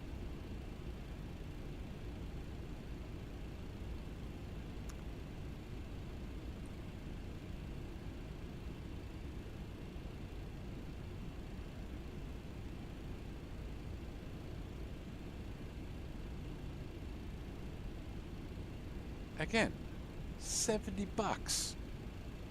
70 bucks, you get one aircraft type, and you don't even get a damage model. You can do whatever the hell you want with this thing. It's not going to break. I think we need to start descending here. Alright, let's bring it down initially to, I will just go right down to, bring it right down to 5. Okay, I'm glad they improved the scroll logic, man. That's a lot better.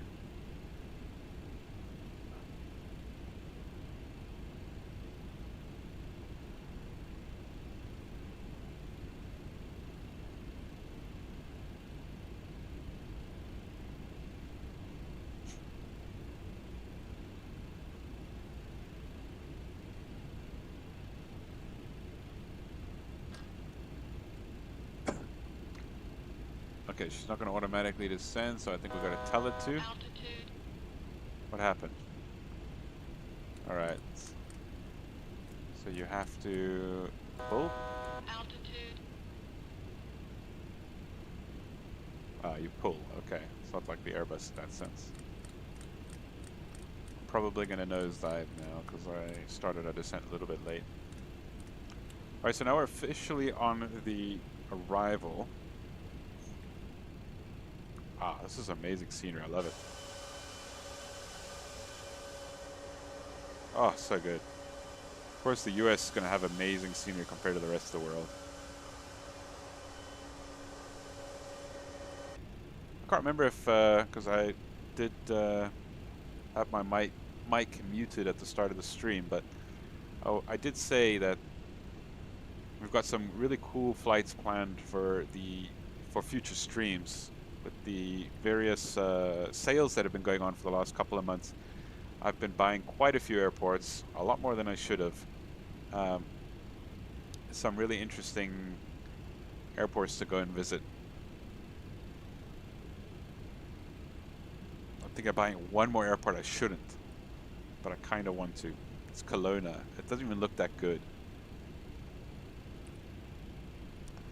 But I wanted a jumping off platform when it comes to flying to and from these like smaller Canadian fields. I think I should get it. Anywho, before we get to that part, we started our descent. As far as I know, the cabin pressurization system is automatic. Where would that be? That would be at the air, right? And we got the landing elevation of 9, which is exactly what it is on the chart, so that's good.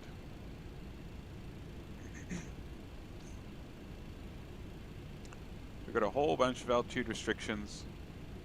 It seems like it's all programmed in. So we'll try and see how well the VNAV system complies with the restrictions. We're already getting a bit low on profile here for some reason. Pitch. Why is that? Should it not be following the profile?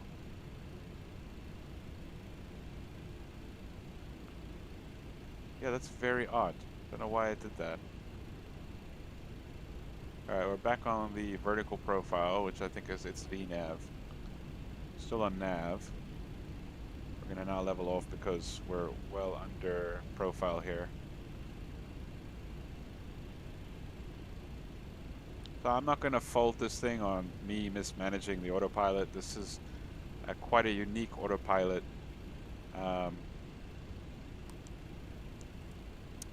And it's part of the reason why I wanted to get the aircraft, because it's just such a different beast to what I'm used to.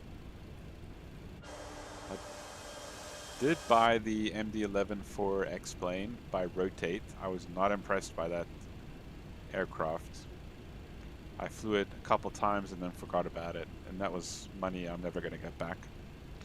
That's why I had such high hopes for this aircraft, right?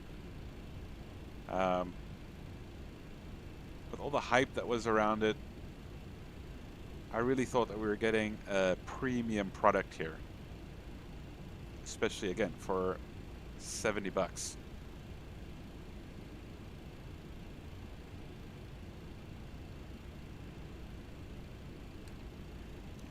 It's getting late where I'm at. I need to be getting ready for bed already.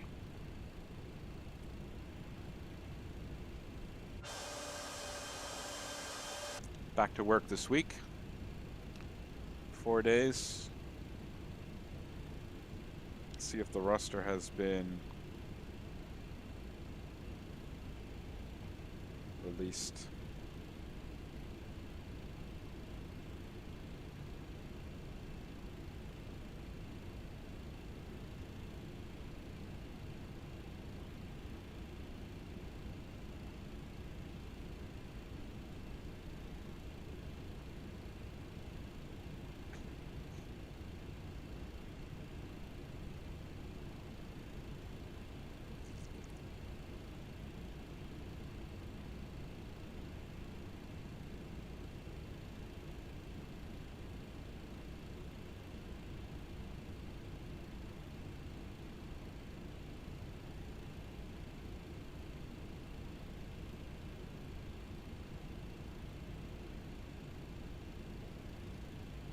I haven't released it yet. That's weird. It's really late.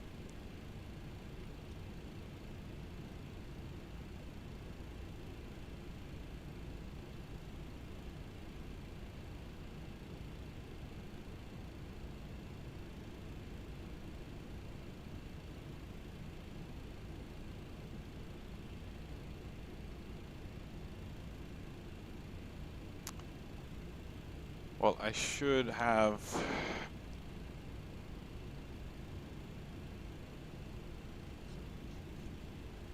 a live flight shift tomorrow. I'm hoping they'll release the roster. Let's see. Anyways,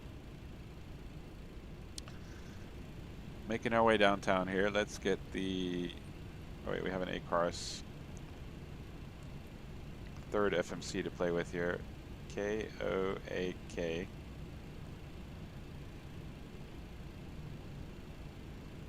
Very quick response.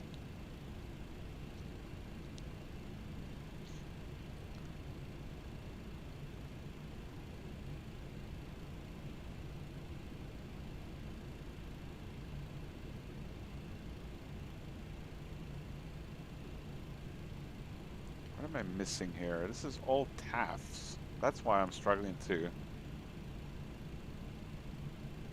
figure out what's going on here. That, I think, should be how it works. That's why I couldn't understand what was going on before, because it just wasn't looking like a METAR. No, we're still being given a TAF.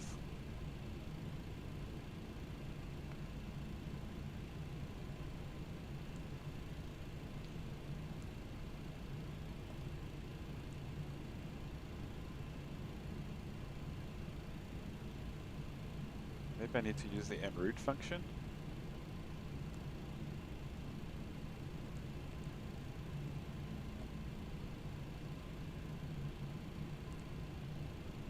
There we go.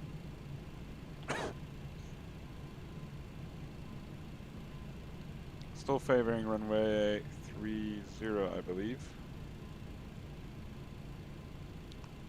I haven't actually inputted that into my tablet.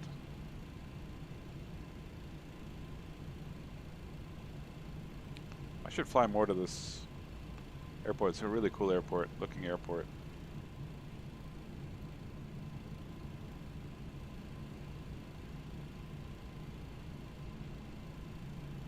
Alright, still on profile here nicely.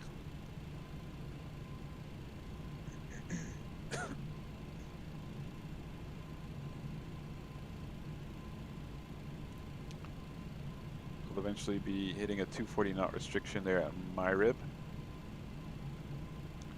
We have to be below 10,000 feet there, between 9 and 10. Then we need to below 7,000 at my knee. That's my hip. My knee, my hip, my shin. Schism, my jaw, my rib.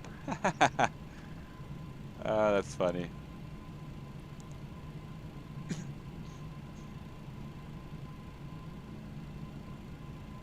Check out all the names. Big PD, big pot, bigot, fix me, my calf, symbol. So our hilarious fix names are good.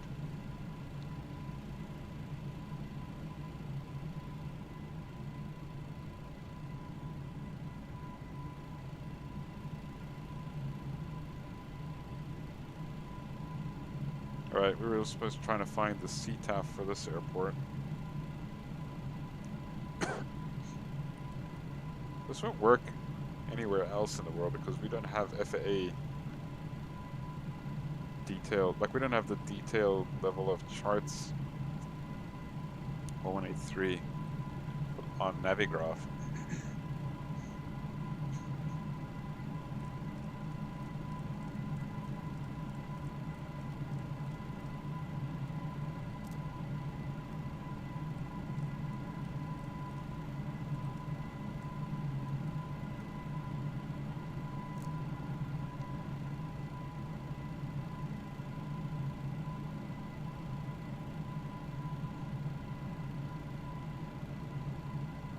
Alright, we're well below 18,000 now, so let's go back to local,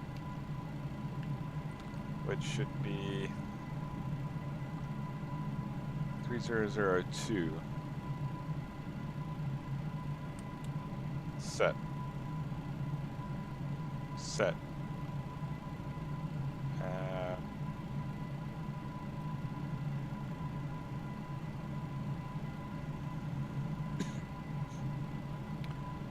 209 is the decision height, altitude.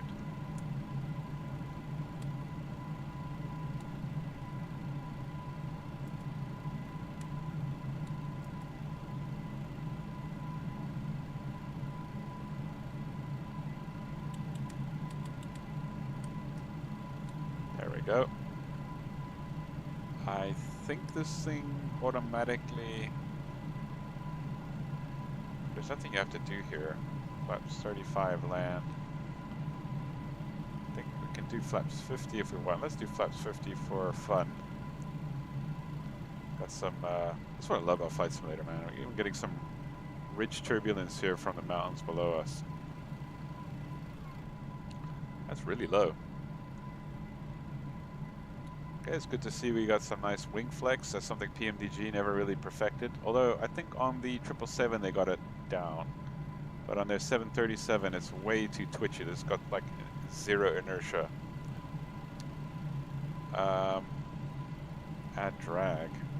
Kind of flirting with asking me to add drag. Let's add some drag.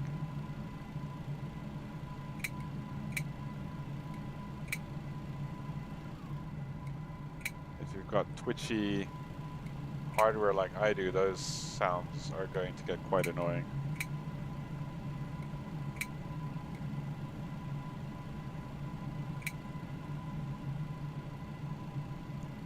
Below 10,000, so we need logo lights because the weather is significantly better here than it was at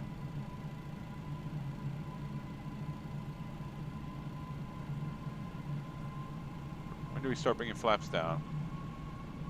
1 to 15, 255. Yeah, let's bring slats down.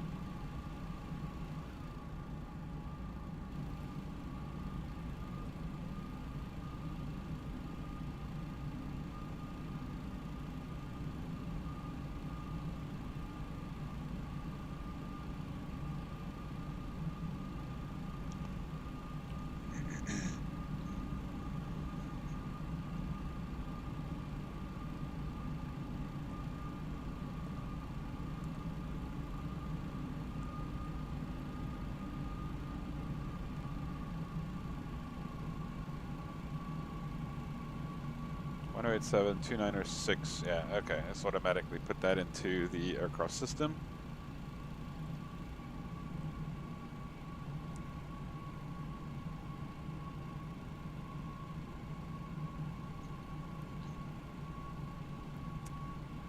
Let's try this guy out.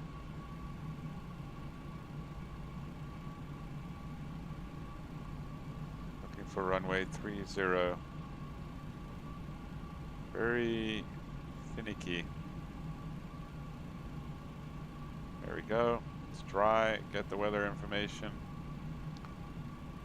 Landing weight. I mean, we're going to not be much more lighter than we are now. Let's go back to, I think it was the engine display gave us the gross weight. So let's make it 450.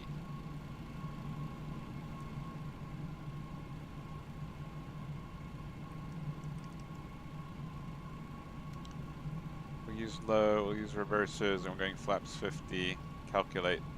Yeah, you see we're going to really barely use half the runway.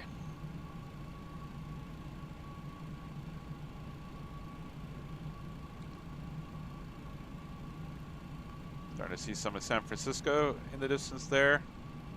Interesting coloration here of the bay. So cool.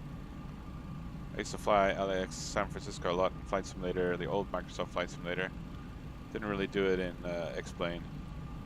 Once I had ortho in the country where I used to live, I was just doing most of my flights there. All right, let's get everyone seated.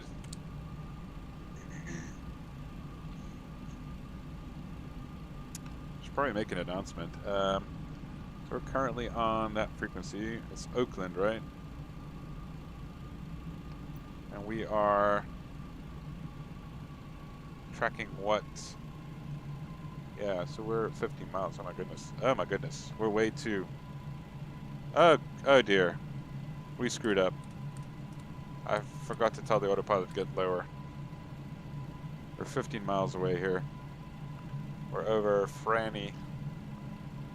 And we need to be below 4,000. Well, we could still make it. We could still technically make it.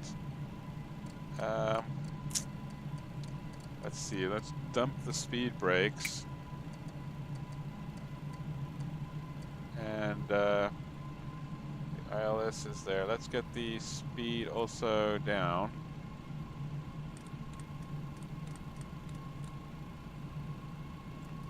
What's the VREF there? I think we're gonna have to go around here. 156 is the VAP. Is that it? Or is that because I made it that? Or did it just accidentally get it set there? Alright, we're gonna drop more flap.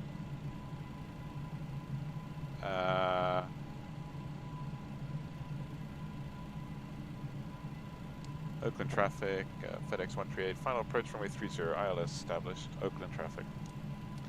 Alright, so we're gonna get more flaps down, we're gonna drop the wheels, bring the rest of the lights out here. More flaps, let's just bring all the flaps down. We should probably bring the spoilers up.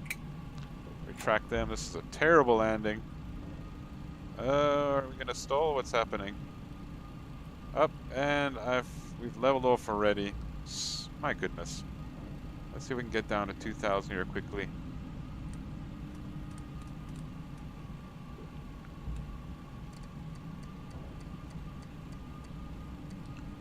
Let's see, there's a localizer ability to handle the localizer. No? Alright, well, we can try and go in manually. Let's try it. Disconnecting the autopilot. We'll keep the frickin' reset review. Alright, here we go. Let's feel the... Oh, I think already I'm noticing Stabilizer motion. some good difference here to the movement of the... Stabilizer motion. Oh, Autoland. 2,500. Autopilot. Alright, so there we go. We called final already. So I just want to make sure we have armed. Okay, the green box is empty. We're going to go with minimum there. Alright, so we're good. Wow, she's actually... Yes! I mean, we'll check what it's like when we get to the rotating, I mean the VREF speed, but so far so good. Stabilizer motion. Alright, we need to pick up the nose here a little bit. I feel like the approach speed here is too low. Let's try 160.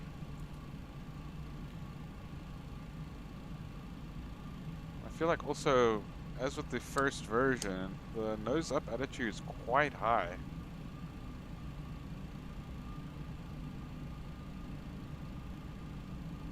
But she's definitely handling a lot better.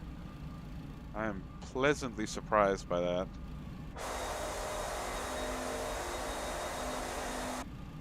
Oh, okay, we've caught up with the glide slope.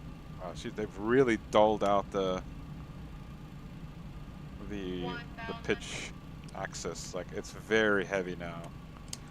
But that might be because my curves were really overcompensating for the sensitive pitch. Alright, I'm gonna disable the auto throttle if I can just make sure. So what, it's about 70%. So we're gonna bring it down to about 70%. Alright, we're really high. Doing a terrible job here. 500. Sink rate. 400, That's fine. Sink rate. Okay, there we go. Sink rate. Back up 300, to 70. approaching minimum. 200, minimum. Land. A little bit too fast here. 100, Glide slope. Glide Okay, yeah, slope. there's a 50, weird tendency 40, for the pitch here. 30, 20, 10. Oh, well, that's the best landing I've had in this aircraft. 3 reversers. Keep her on the center line.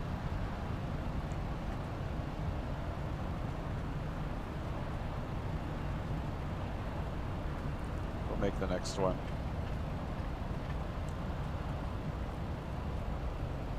$60 knots. Coming out of reverse. And how does the auto brake work? If I tap the brakes, does it disengage? Alright. Wow, that was not bad. I recovered that. Approach was very, very sloppy, but we made it down and actually really did the touchdown. Yeah, that's a lot better. There is a hint of the weird bobbing effect that comes from the pitch, but it's definitely a lot less pronounced than it was before the update. Very, very happy with that. That's a very nice, that's a big improvement on the handling.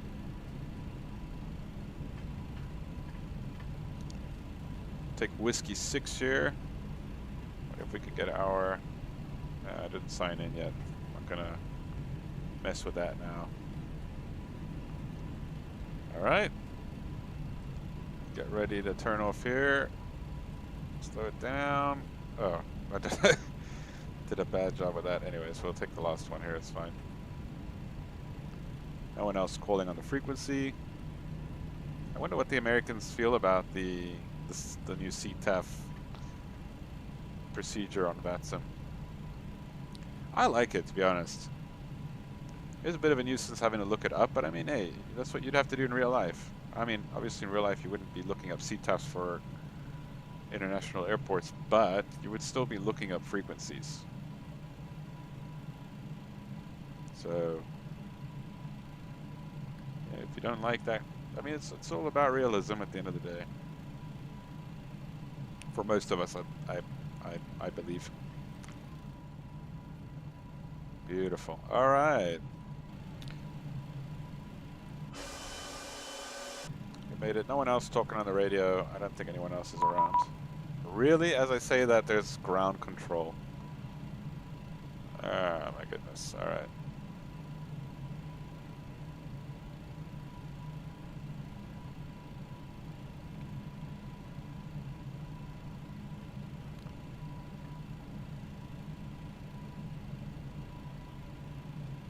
Alright, we'll just slow ourselves down here. The frequency is 12175. 12175. FedEx 1709. FedEx 1709, affirmative, push and start at your own discretion. Advise when ready to taxi.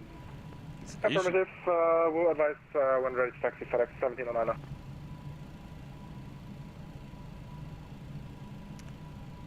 Good day, FedEx 138, just clear of runway 30 on Whiskey for the cargo apron. FedEx 138, Oakland ground, taxi to the cargo apron via Whiskey, Bravo. Next time request taxi clearance first before taxiing on your own. Whiskey Bravo to the cargo ramp, FedEx 138.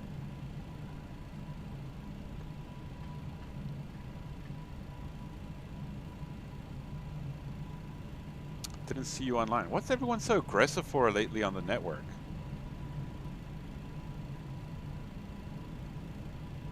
Kiss my ass.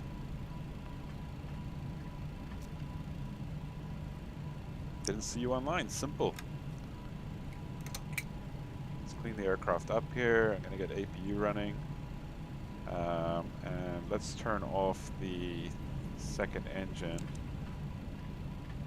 I think it's had enough time to idle, cool down.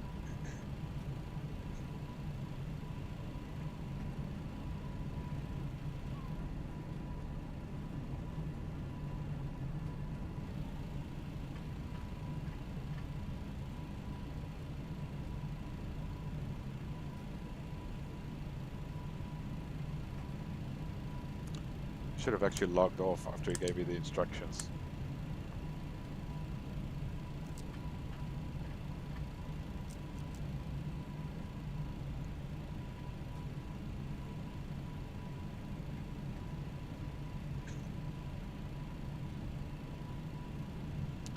Where's my... Ah, there it is, okay. Whiskey Bravo, so it's going to be the second left. I want to just see if I can find more detailed representation of the parking.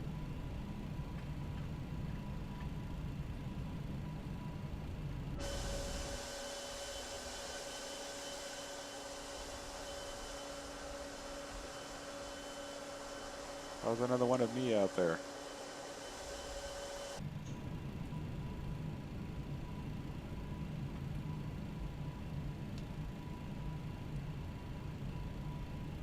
So second left. This is Victor. And we need to take Bravo. Yeah.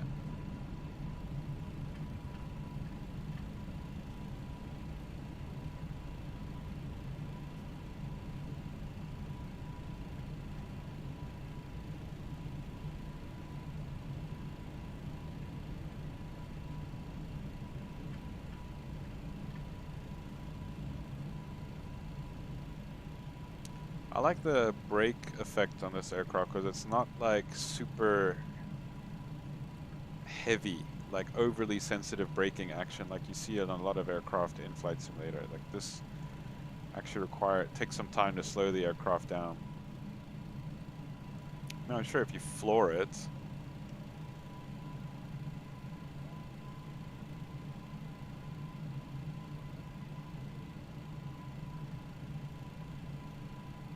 go to the hydraulic page here and just see what should we even be having. We should be having nose wheel steering. Actually, all three systems are running, so that's cool.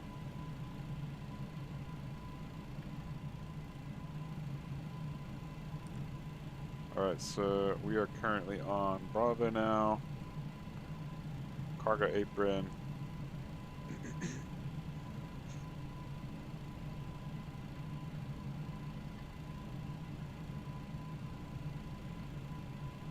What is RON parking? RON parking.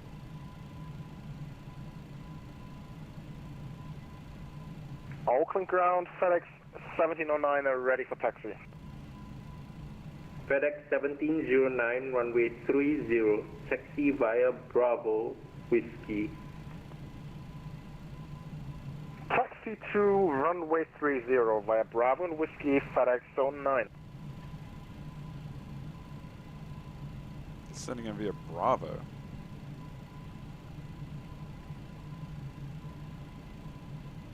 That's the same route as me.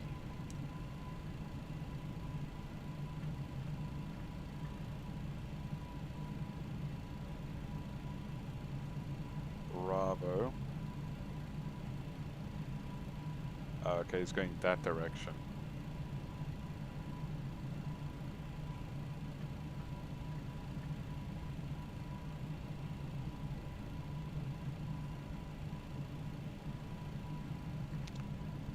This is Bravo 5. Left. Oh shit, there's FedEx here. There's a FedEx sign there. I'm gonna go here.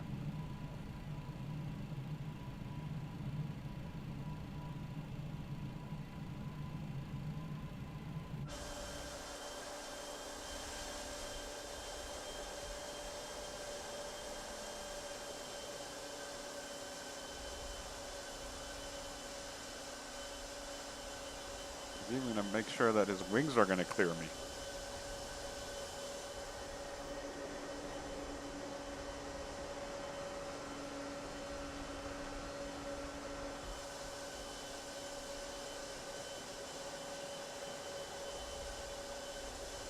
I didn't notice. I only noticed now that there's a FedEx ramp here, so that's cool.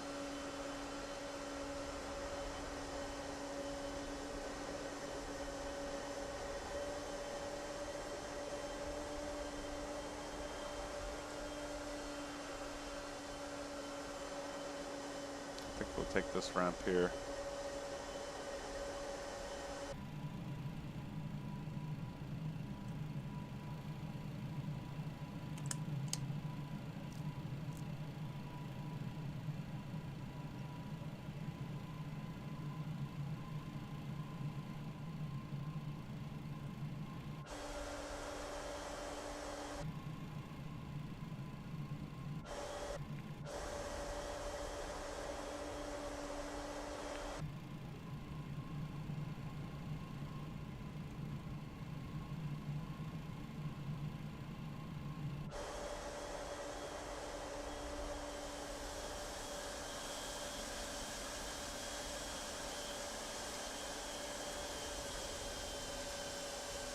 FedEx 1709er, tower is offline, frequency change approved. Have a safe flight. Frequency change approved to 122.8 Unicom for departure. FedEx 1709, thank you very much. Bye-bye. No, he should be going to CTAP, but anyways.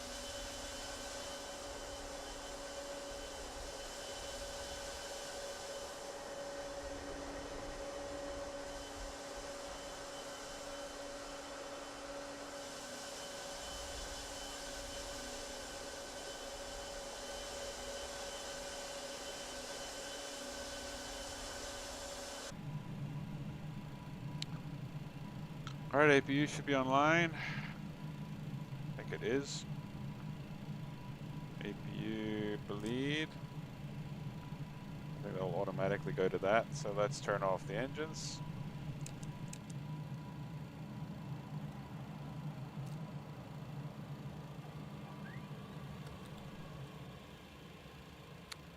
Now, why did all the power fail?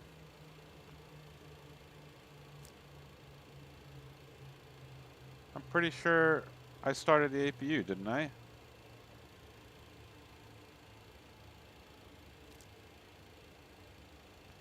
I'm pretty sure it was running. It said on.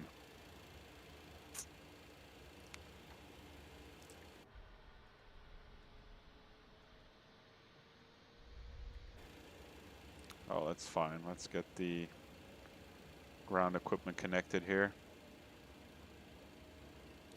So the wheel trucks can get set. I'm going to remove the park brakes. GPU can get connected. We can open up the passenger door, the cargo main door. Autopilot. Alright, we just got APU, or the APU power just came online. And APU bleed is now on. And we can turn the beacon lights off. And the heaters, everything else is automatic. I actually wish I had Volanta running there so that I could actually see what my landing rate was. That was not bad. See if GSX is gonna work here.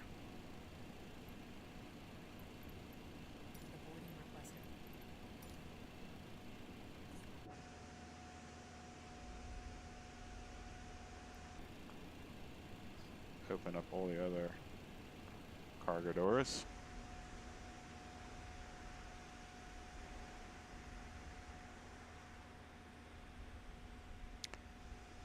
And that's it. We're down. From one FedEx ramp to the next. That was pretty cool. Didn't do that yet in Flight Simulator.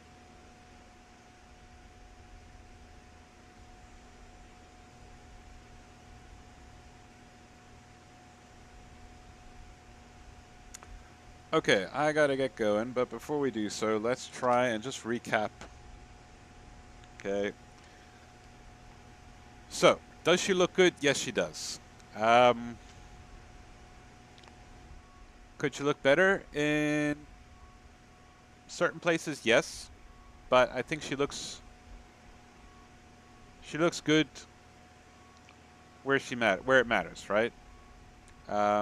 Externally,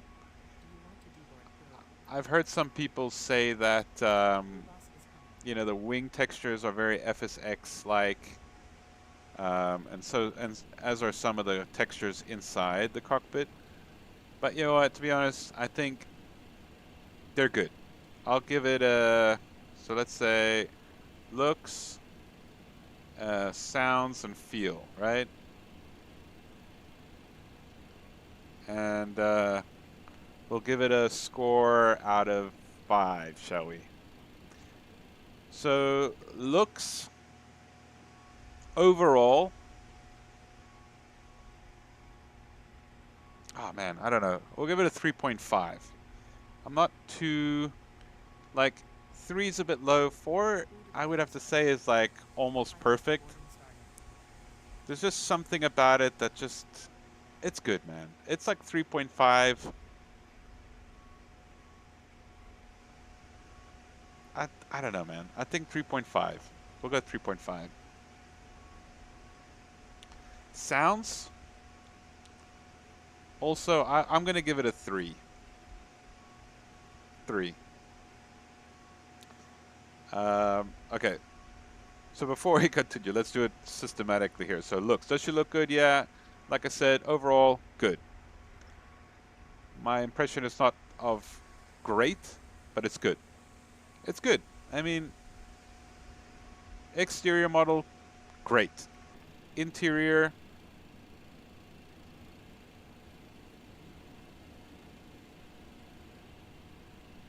I want to say great. But if we're going to look at, you know, the back, yeah, and I'm going to say also because we're lacking a control panel and that sort of thing, I'm going to say, yeah, I'm going to keep it 3.5.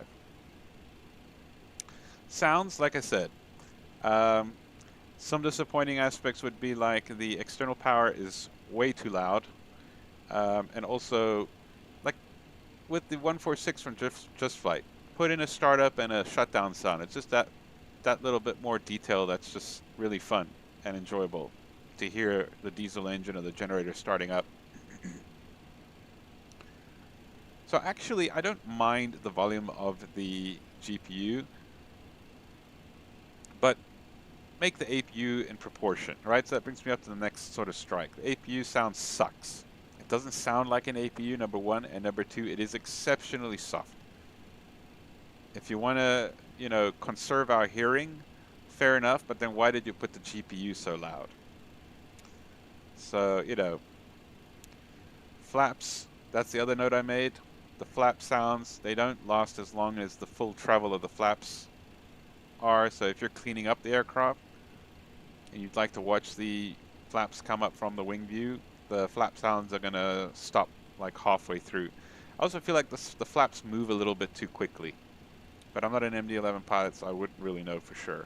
But I do feel like the flaps are animated, the movement or the animation's a bit quick, but for sure the flap sounds are not keeping up with the animations, and that's disappointing for a $70 product.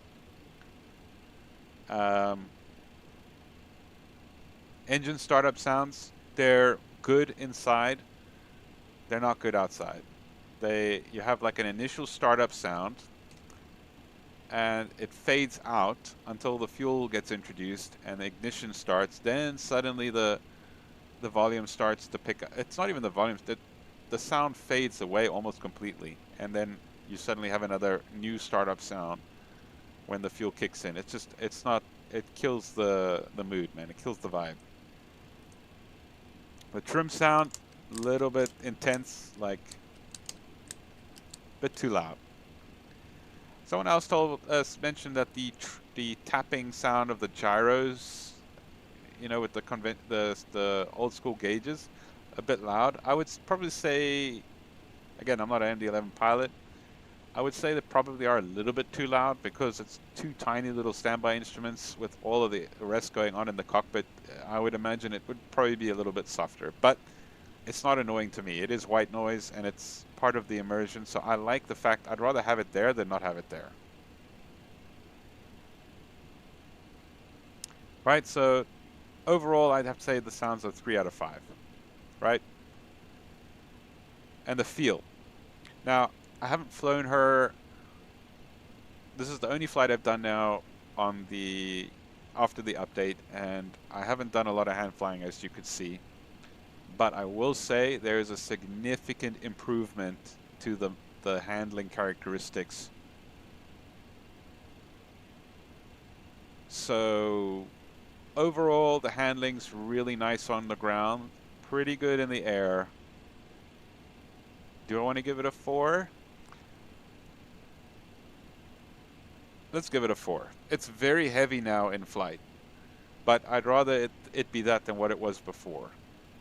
On final approach, it was a little bit still, it was like a hint of it, but I'm going to give it a 4. Maybe a bit high, let's see. That comes up to what, 6.5, 10.5 out of 15, right? I suck at math, so let's quickly grab the calculator, and it's going to be a 10.5 out of 15. I feel like it should be a 5, but that's a 70%. That's a 7 out of 10. I'd say that tracks. 7 out of 10. Ooh, I'd have to.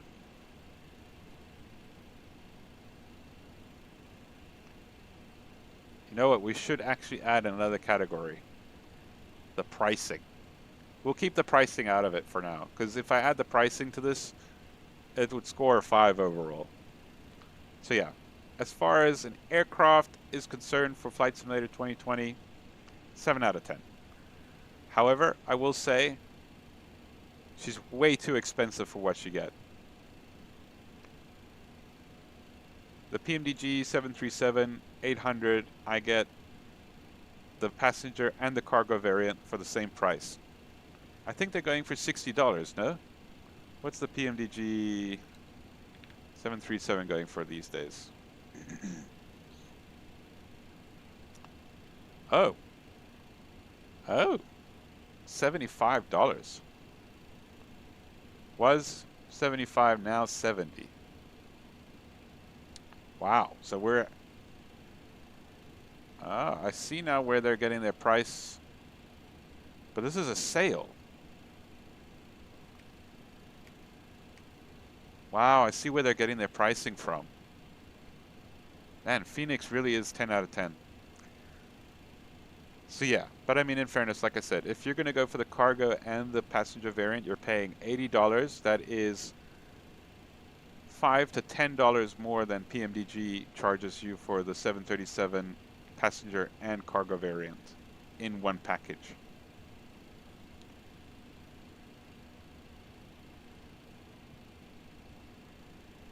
And overall, the 737 is a more polished product, but in fairness, it has been out for longer than this MD-11.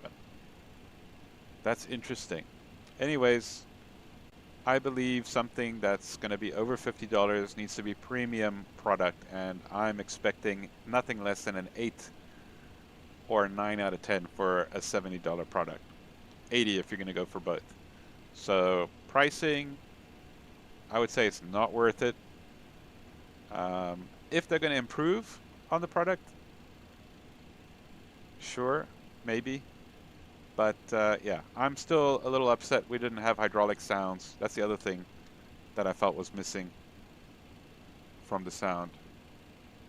Yeah, I'm happy. It's 3 out of 5 for the sound's good. We needed hydraulic sounds at least for the main cargo door.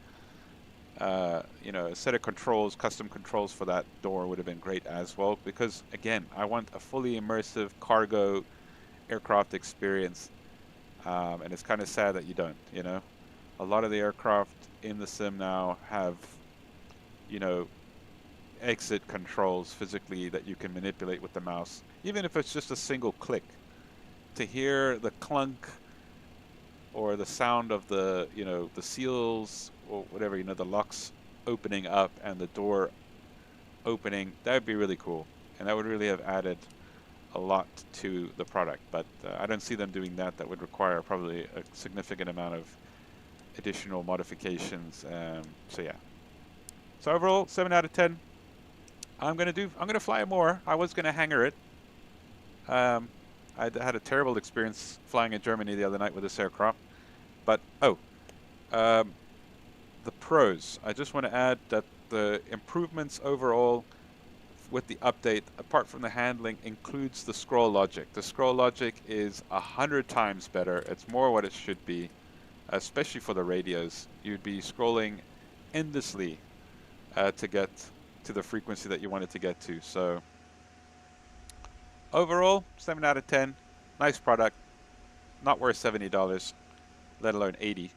But I guess with further improvements, it'll get there.